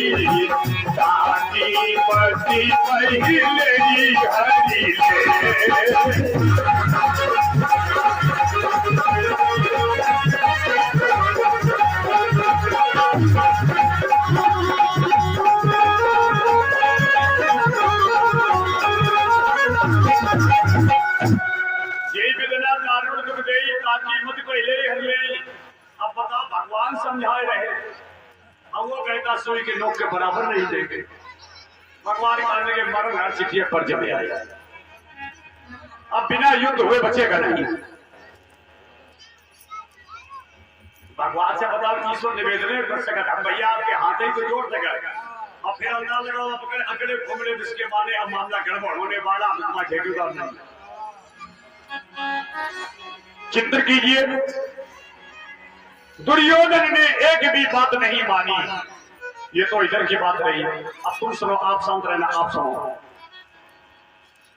द्रौपदी जैसी आदर्श नई नवेली बहुरिया की अगर वाणी का संयम बिगड़ा ना होता तो महाभारत नहीं होता। ये तो भाई भाई बात हो गई। द्रौपदी जैसी आदर्श बहुरिया की वाणी का संयम, जब जीभ बिगड़ती है तब जीवन बिगड़ता है, और जब जीभ बिगड़ती है तब जिंदगी बिगड़ती है। अपनी अपनी जीभ संभालो। जिनकी जीभ ज्यादा बिगड़ी है उनकी जिम्मेदारी बिगड़ी, जिनकी ज्यादा जीभ चली उनकी जिंदगी खतरे में पड़ी। ध्यान दीजिए।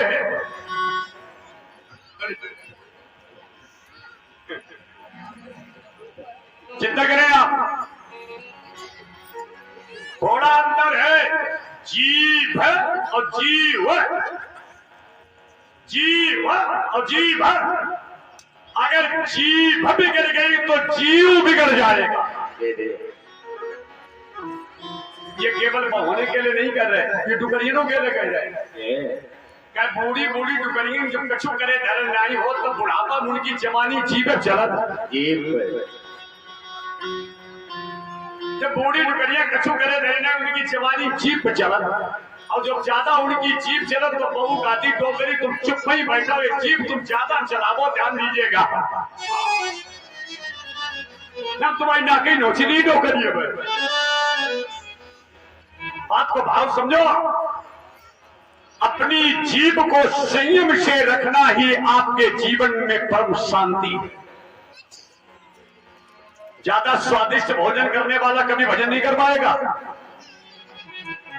हमने आप, क्योंकि वो जीभ का गुलाम हो चुका है। और जिसने जीव को संयम में कर लिया उसको हर स्थिति में शांति नहीं परम शांति कर लिया। जय हो। हर स्थिति में स्थिर पकड़ रहता है।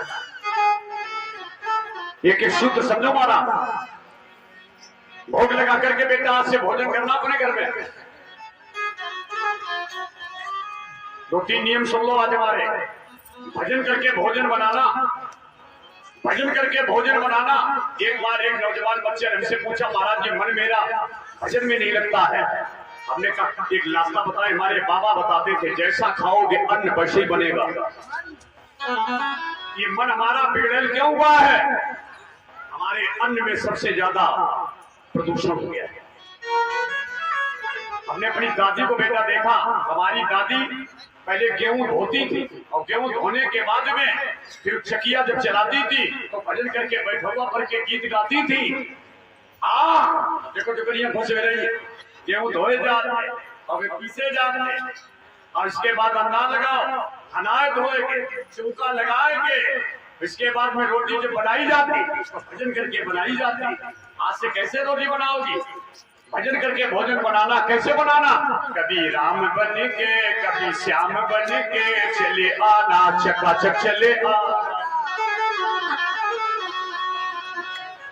भजन करके बनाओगे भोजन बन जाएगा, और जब भोजन बन जाए तुलसी का पत्ता डाल करके अलमारी में भगवान के सामने रख दोगे तो प्रसाद बन जाएगा, और प्रसाद को पाने से बुद्धि का विकार हट जाएगा।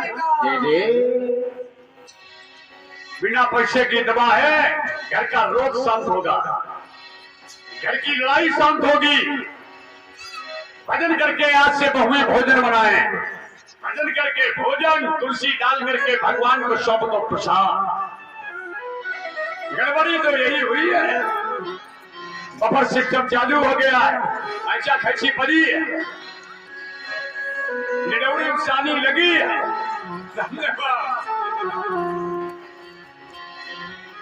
हर प्रकार के पेशेंट बाई में खींच रहे, मन भजन में नहीं लग सकता है क्योंकि भोजन बिगड़ गया है।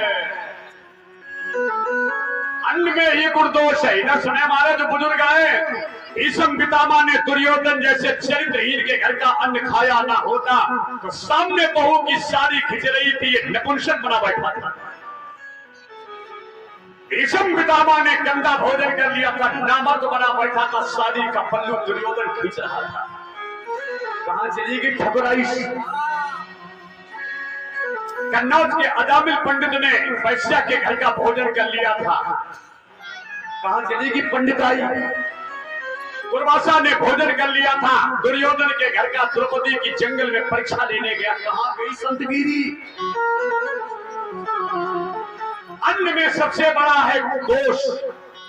अन्न के दोष को मिटाने के लिए बहुएं हमारी प्रार्थना सुने, भजन करके शुद्ध अवस्था में भोजन बनाओ, तुलसी डाल करके गोविंद को भोग लगाओ, और इसके बाद में जिस समय भोजन को पाओगे आपके जीवन में एक नई शांति की किरण जाग जाएगी। आप समझो, आपका काम समझो। आप हमारी बात को समझ पाए या ना समझ पाए, निवेदन हाथ जोड़ करके करता हूं, केवल कथा सुनने नहीं आता। यहां आ जाओ विषय पर। द्रौपदी की पानी का संयम बिगड़ा ना होता, अंधर्ष अंधा तो महाभारत एक अंधा ले लिया था। 18 दिन में 18 अक्षौणी सेना मारी गई। परीक्षित जन्म जब आप सुनेंगे तो आप में आशीर्वाद लेकर के जाएंगे। ऐसी जगह पर कथा दर्द से भरी भरी कर देगा। 18 दिन में 18 अक्षौणी सेना मारी गई। भीष्म पितामह बाण सैया पर चले गए, दुर्योधन के 99 भाई मारे गए। ये क्या होने लगा? दुर्योधन के 99 भाई मर गए। जो दुर्योधन से छोटे थे, भाई का भयन सिखाने वाले व्यक्ति को ध्यान दीजिएगा, क्षणिक सुख मिल सकता है लेकिन जीवन में कभी तुम्हारा परिवार प्रगति की ओर नहीं जा सकता। समझे आप? निवेदन 2 मिनट के लिए करूं, अच्छे लोग हमें दिख रहे हैं। महाभारत में एक भाई भाई के अधिकार को छीन रहा है और रामायण में एक भाई भाई के लिए अपना अधिकार छोड़ रहा है। जी जी। हमें बहुत मजबूत लोगों की गोबा में जरूरत है जो कथा का मूल्यांकन करके आशीर्वाद देकर के जाए। महाभारत में एक भाई भाई के रक्त का प्यासा है, भाइयंश को देना नहीं चाहता एक विश्वा।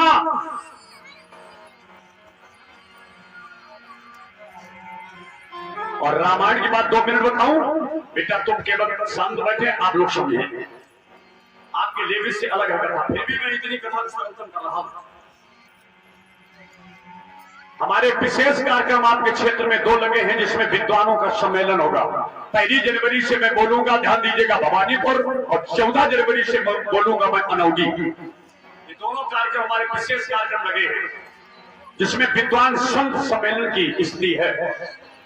दोनों कार्यक्रम को आप देखें, लाइव कार्यक्रम है। 1 हफ्ते के बाद में आपके क्षेत्र में सब होर्डिंग बैनर पंपलेट लगाए जाने लगे हैं। 1 जनवरी से मैं बोलूंगा भवानीपुर और 14 जनवरी से ठाकुर महेंद्र सिंह वैश्य के यहाँ प्रधान जी के यहाँ में 14 जनवरी से 2 कार्यक्रम हमारे 7 दिन के अंतराल में विशेष कार्यक्रम लगे जहां पर विद्वानों के सम्मेलन की व्यवस्था की गई है। आनंद लेकर सेवा कथा जी भी महाराज जी वर्णन कर रहे हैं। महाभारत में एक भाई भाई के अधिकार को छीन रहा है और रामायण में भरत जी मौके पर नहीं, भरत जी ममाने में है। राम को राजगद्दी के अभिषेक की तैयारियां हो चुकी, राम राजा बनने की पूरी तैयारी। जब राम के राजा बनने का समय आया, राम जी ने विरोध किया।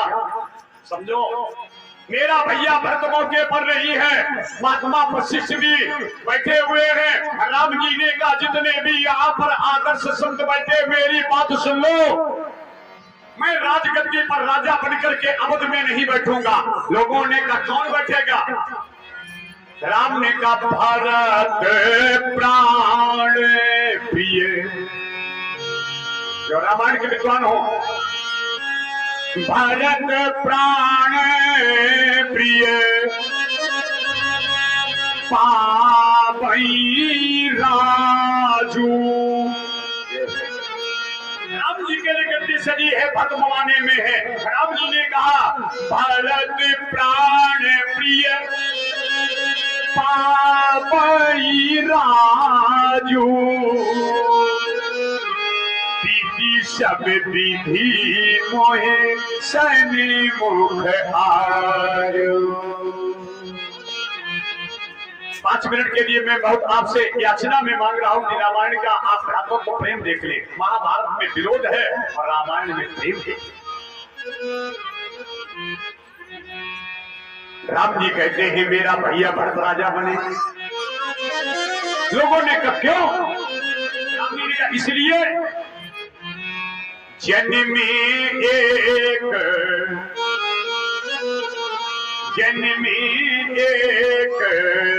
संग सब भाई, जन्मे एक संग सब भाई, भोजन शयन के लड़काई। चारों भैया में एक साथ आए हैं, एक साथ भोजन किया, एक साथ सोए हैं, एक साथ खेले हैं। और सुनो ये प्रेम देखो राम का। करण वेद, जिन्होंने रामायण के मंत्रों का दर्शन किया होगा उनसे मैं याचना कर रहा हूं। करण वेद कंचनो उपदीत विवाह, संग संग सब भये कुछा। एक साथ कंचना हुआ, जनेऊ हुआ और एक साथ विवाह हुआ। और आज वशिष्ठ जी महाराज जी में भीख मांगता हूँ, आज कितना बड़ा ये मेरे द्वारा अन्याय होगा जो मेरा भैया भक्त मौके पर नहीं है और हम राजा बनकर के बैठे। ध्यान दीजिए, कभी नहीं।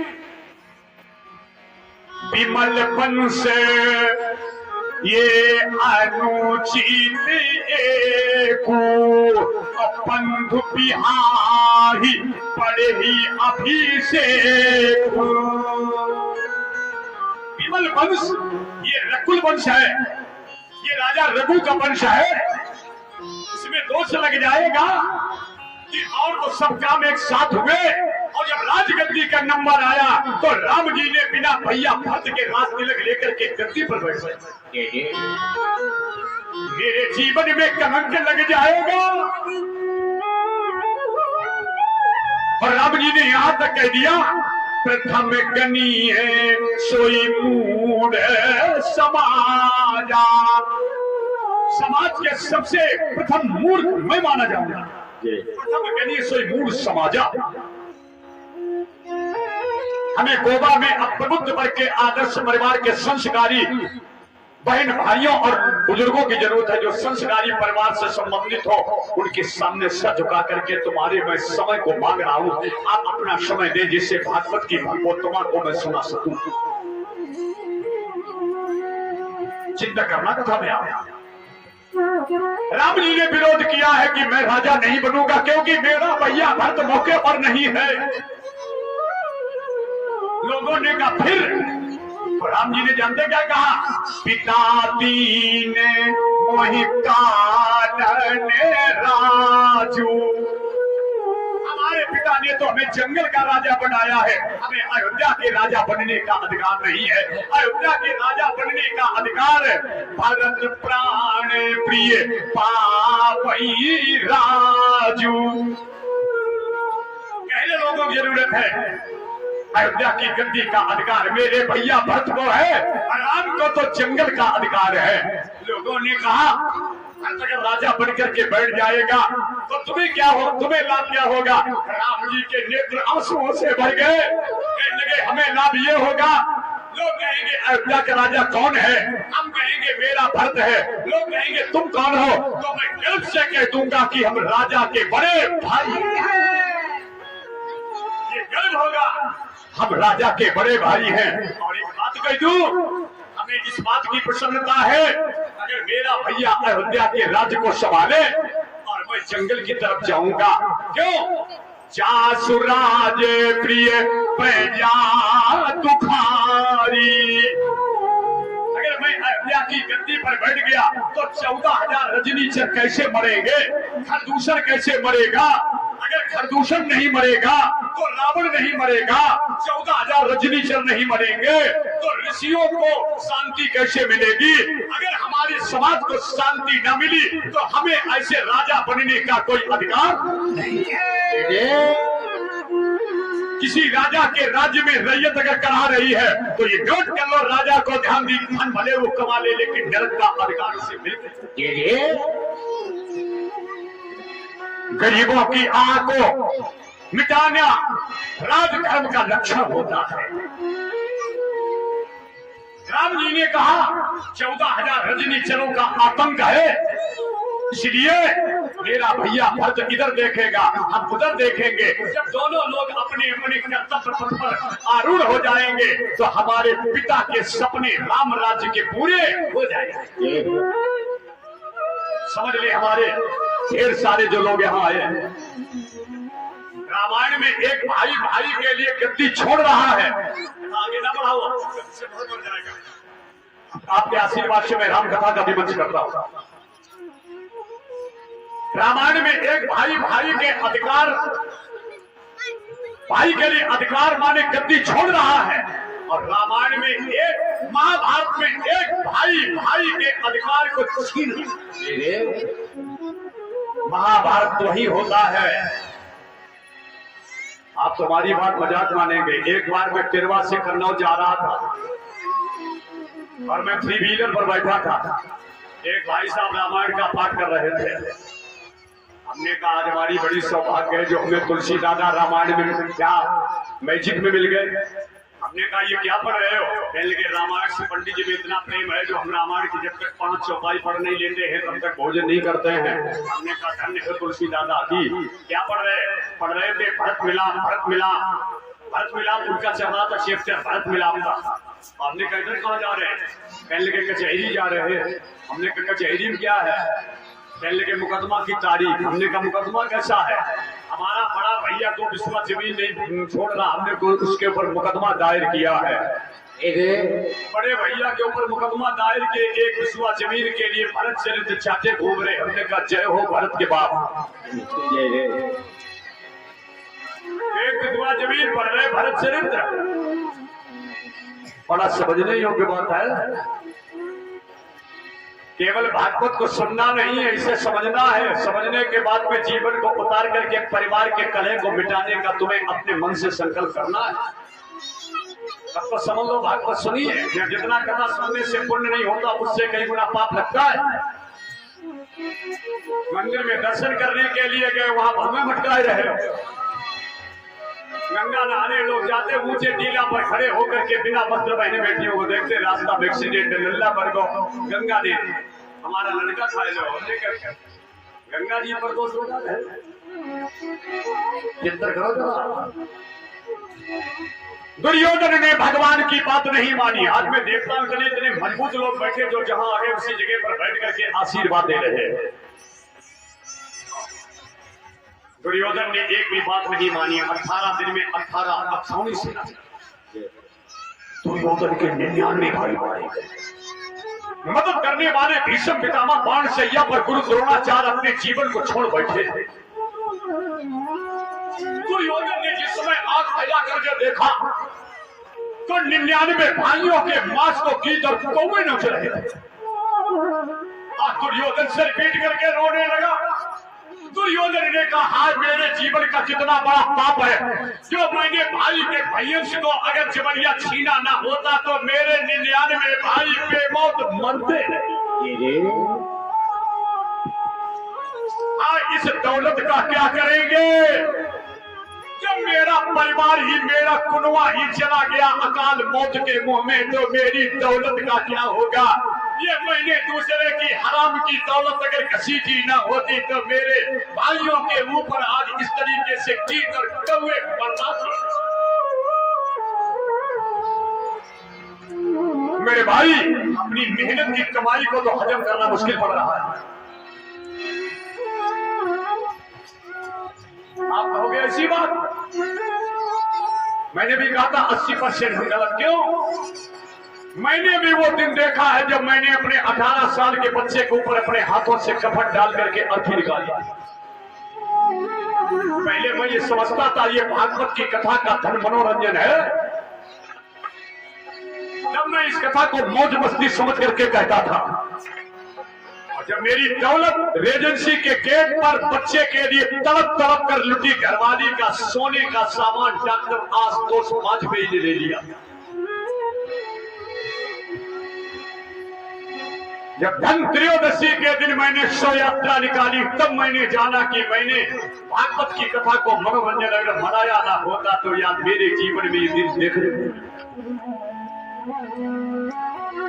उसी दिन से मेरे गोविंद के सामने रो लेता हूं कि मैंने बड़े अक्षम अपराध किए हैं प्रभु।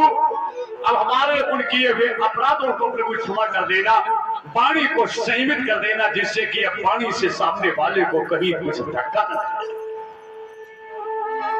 कथा में जितनी देर बैठ करके प्राश्चित करोगे उतना तुम्हारा वजन हल्का समझ। अब कोई विकल्प तो है नहीं, केवल प्राश्चित करना ही मेरे जीवन का एक लक्ष्य है।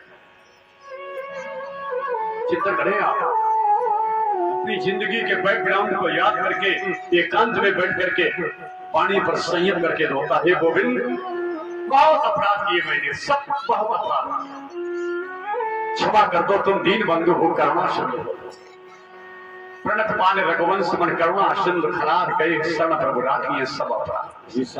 ऐसा भाव बना दो कि हम समर्पण भाव से तेरी शरणागति में आए। चिंतन करें आप कथा में।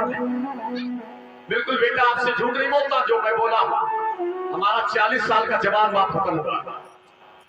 जवानी में मेरी माता ने हाथ की चूड़ियां तोड़ी और हमारी माँ के सामने मेरे बेटा की जब अर्थी रखेगी तो मेरी माँ रोई, दादी जिंदा बैठी नाती पर कफन पड़ा। परीक्षित जन्म की जब कथा सुनाता हूं तो दिल की धड़कन बढ़ जाती है।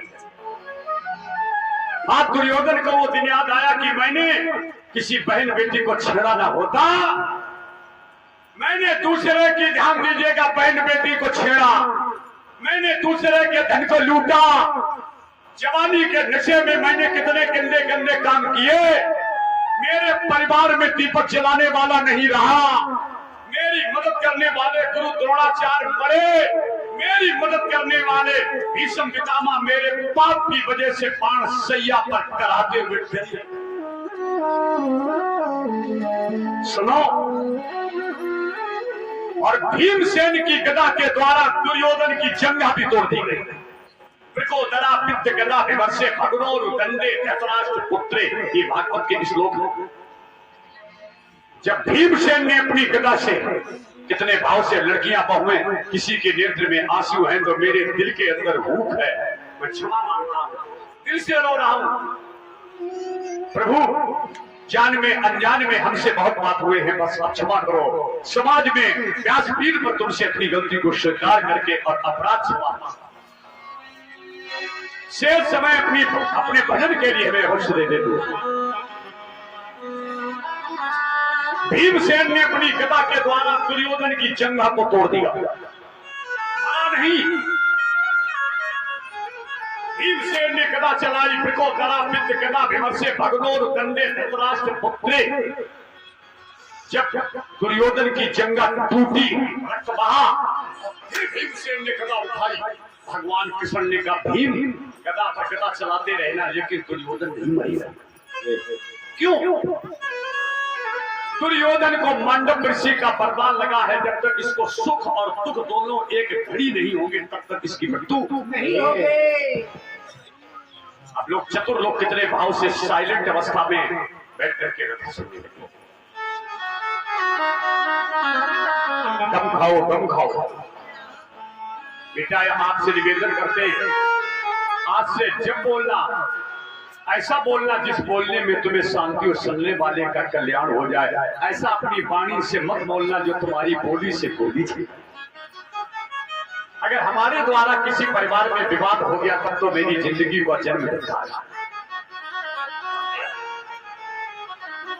बहुत चिंता करेगा, हमें जितनी देर बैठे सब कहोगे अपने जो इष्ट मानती, जिसको मानती हो बस उसी का ध्यान 10-5 मिनट बैठ करके करो। भगवान हमें शांति, पैसा भले ही कम दो लेकिन मेरे परिवार को निरोगी बना देना, शांति दे देना। दुर्योधन की जंगा खून बह रहा है, मरा नहीं है। भगवान कन्हैया 5 पांडवों को लूट रहा। दुर्योधन व्यास सरोवर के किनारे अधमरा पड़ा है, खून बह रहा है। ठीक, भगवान कृष्ण 5 पांडवों को, द्रौपदी को और द्रौपदी से पैदा होने वाले 5 बच्चों को लेकर के पर्वतारोहण की ओर चले। पर्वतारोहण की ओर भगवान श्री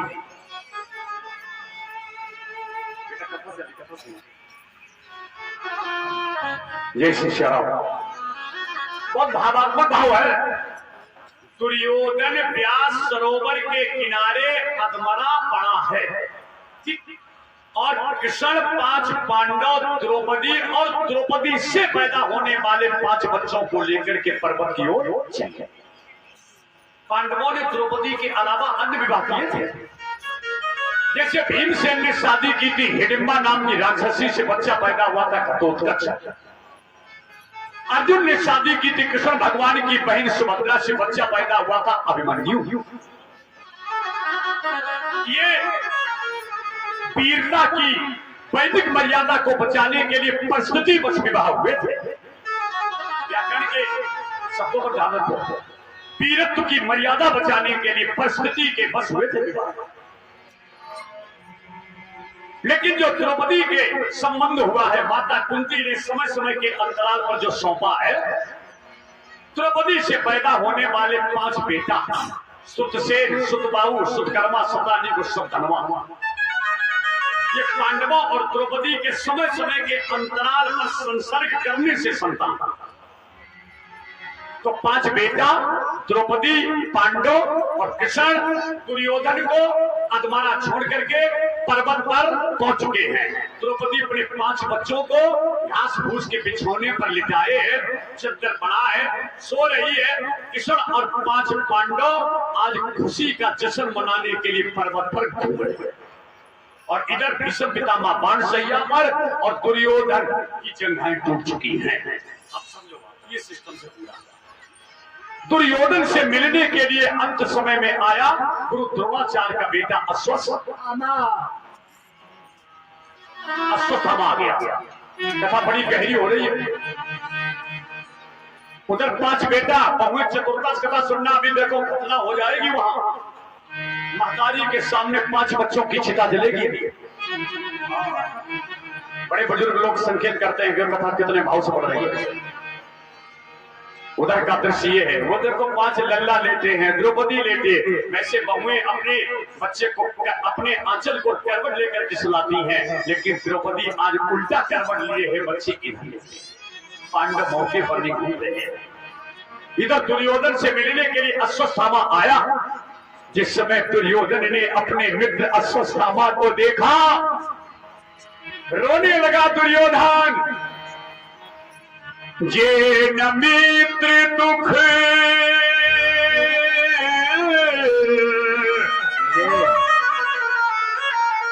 मोय दुखारी, और तीनही बिलोकत पातक भारी।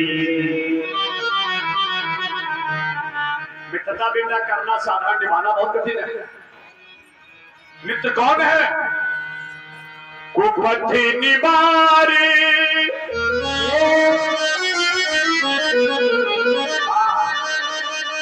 कुपथि निवारे, सुपंथ चलावा, और गुण प्रगटई अब गुण ही दुरावा। नहीं, जो हमें कुमारक से निकाल करके सन्मार्ग क्यों ले जाए, वो मेरा है।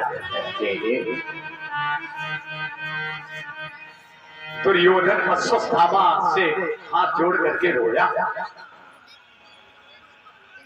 इतनी शांति, आपकी शांति से वे कथा सुनाने में बड़ा ही अच्छा लगा। दुर्योधन और अश्वत्थामा ये 2 मित्र हैं। दुर्योधन आज अपने मित्र के सामने रोया कि लेकिन मित्र, मैं तुमसे भीख मांगता हूं। भीख ये है, हमारा पूरा परिवार मरा। दुर्योधन ने कहा मेरा पूरा परिवार मरा, मेरे सहयोगी मरे, मेरे गुरु तुम्हारे पिता मरे, और हमारा दर्द ये है कि 5 पांडव में से 1 पांडव अभी नहीं,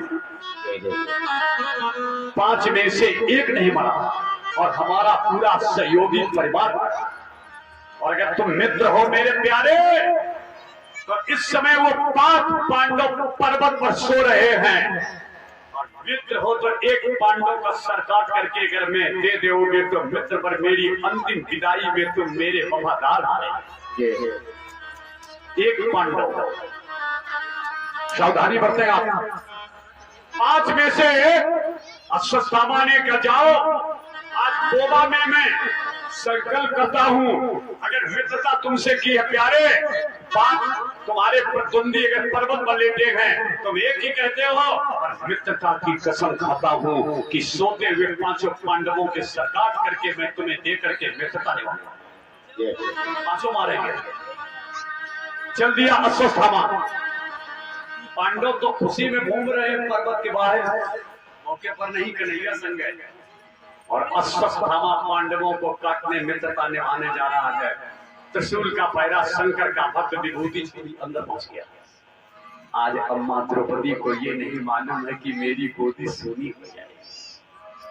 पांडव तो घूमने से ले गए हैं, पांडवों के सेम टू सेम हम सकल बच्चा देते हैं, हम सकल। अश्वत्थामा ने ये जाना कि पांडव लेते, निकाली तलवार शिविर से। हत्यारे ने क्रोधमय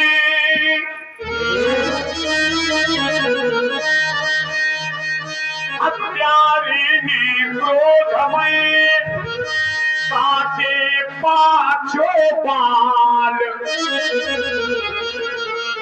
हत्यारिणी लोभ में मोह में वो काटे पांचों बाल। मानो समझ करके काटे पांचों लाल। उन पांचों के शीश ले निकल गया पांडव मारने गया था। पांडव नहीं मारे, पांडवों के बच्चे लेते थे सेम टू सेम चेहरे के। उसने ये जाना ये पांडव हैं, एक एक करके तलवार से काटा।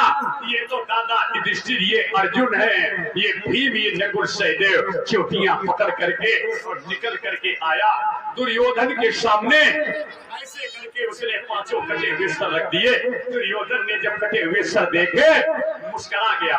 देखो सुख तो देखो, 5 कटे सर देख करके मुस्कुराया। अरे बारे मित्र, जिन पांडवों ने मेरी जंघा तोड़ी उनके तुम सर काट करके लाए, तुमने मित्रता निभाई। एक एक सर लाओ। ये तो दादा युधिष्ठिर है, ये शब्द भेदी अर्जुन है। देखो सहदेव, अब भीम का सर लाओ जिसने गदा से मेरी जंघा तोड़ करके मेरा वंश नष्ट किया है। ये भीम का कटा हुआ सर। दुर्योधन पहले तो ये समझा ये भीम है, मुस्कुरा गया। कहने लगे भीम तेरा कटा हुआ सर मेरे हाथों में है, मेरे अंदर भूख है कि मैंने तेरा कुछ नहीं कर पाया। ये कटा हुआ सर मेरा मित्र लाया। लाओ, तमन्ना ये है कि दोनों हाथों से सर को पचका दूं, मसल दूं, मसल दूं। भीमसेन का सर समझ करके जैसे दोनों हाथों से सर को दाबा तो सर 20 से आधा आधा हो गया। भीम का सर होता तो कबने वाला नहीं था, क्योंकि बराबर कटा की टक्कर दुर्योधन और भीम झेलते थे। ये भीम का नहीं, भीम के बच्चे का था। जैसे सर 20 से दबा, दुर्योधन रोया। दुर्योधन ने कहा मित्रवर, तुमने मेरे साथ धोखा किया है। ये मेरे दुश्मन भाइयों के सर नहीं, तुमने भतीजे काट करके मेरे घर का दिया। ये दुश्मनी तो भाई से थी, ये छोटे भतीजे। ध्यान दीजिएगा, तो महापापी है, ध्यान दीजिएगा, जो अबोध बच्चों के साथ में अन्याय करता है। ध्यान दिया, पहले भाई समझ करके हंसा, भतीजा समझ करके रोया। उसी समय दुर्योधन के प्राण निकल गए। दुख और सुख रास्ता नहीं दिखाई पड़ रही है। डेड बॉडी के पास खड़ा, खोपड़ी वहीं पड़ी। इधर का त्रिशूल देखो, परीक्षित जन्म हो रहा है। साथियों कथा चल रही बिल्कुल, सुनने में आप कितने चाव से। उधर दृश्य देखो, मैया द्रौपदी की नींद खुली। महतारी ने अपने मन में भाव जागा कि मेरे लल्ला प्यासे होंगे। आंचल में दूध उतर आया है, लल्ला प्यासे होंगे। जैसे अम्मा द्रौपदी ने चद्दर हटाई, ओ एक बच्चा मर जाए, महतारी की जवानी बुढ़ापा में बदल जाएगी। मेरे से ना पूछो, ये दर्द मेरी बहुरिया से पूछो जिसकी गोदी सुनी हुई होगी। ये दर्द बहू से पूछो जिसका सुहाग लुटा होगा। ये दर्द बूढ़ी अम्मा से पूछो जिसके आंगन की किलकारी मेहंदी घाट चली गई।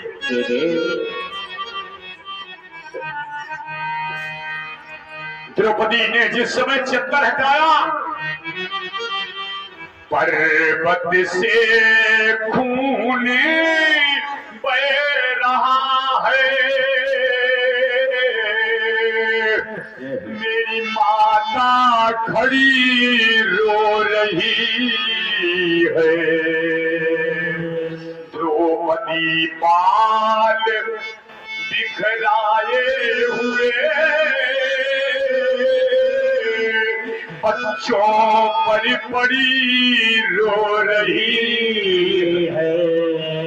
भाग रूठा इस कदर पर मौत भी आती नहीं। वो ज्वाल तो तन में लगी है पर जला जाता नहीं। मैंने जीवन में कितना पाप किया है जो द्रौपदी जैसी डायन ने 5-5 बेटा खा डाले। लोग कहेंगे अभागिनी महतारी जिंदा बैठी, 5-5 बच्चे लाशें पड़ी। सुहागिन बहुओं विधवा को देख करके हंसना नहीं, चिंतन करें, कितने भाव से देखो ये सब माताएं कथा सुन रही हैं। पूर्ण विश्वास है कि कल कथा पांडाल में बैठने के लिए जगह कम पड़ जाएगी। भावात्मक भाव से कथा की बात आगे पहुंच रही है। मैं दिल से कई वर्षों के बाद में कथा सुनाने के लिए आया हूं। आज द्रौपदी एक एक बच्चे को उठाती है, तब तक 5 पांडव खुशी का जश्न मना करके आ गए। जिस समय 5 पांडव घूम करके आए, द्रौपदी ने जिस समय देखा अर्जुन को, भगवान कन्हैया को, द्रौपदी हाथ जोड़ करके खड़ी हो गई। भैया कन्हैया, तुम्हारी उंगली पर चक्र की चोट लगी थी, तब मैंने कीमती साड़ी फाड़ करके बांधी थी। अब मातारी के 5-5 बेटा चिता पर चले गए, मैं अपनी जिंदगी कैसे काटूं? भगवान कृष्ण आज सर झुका गए। राम ने आप महाराज जी कथा जी में वर्णन कर रहे हैं।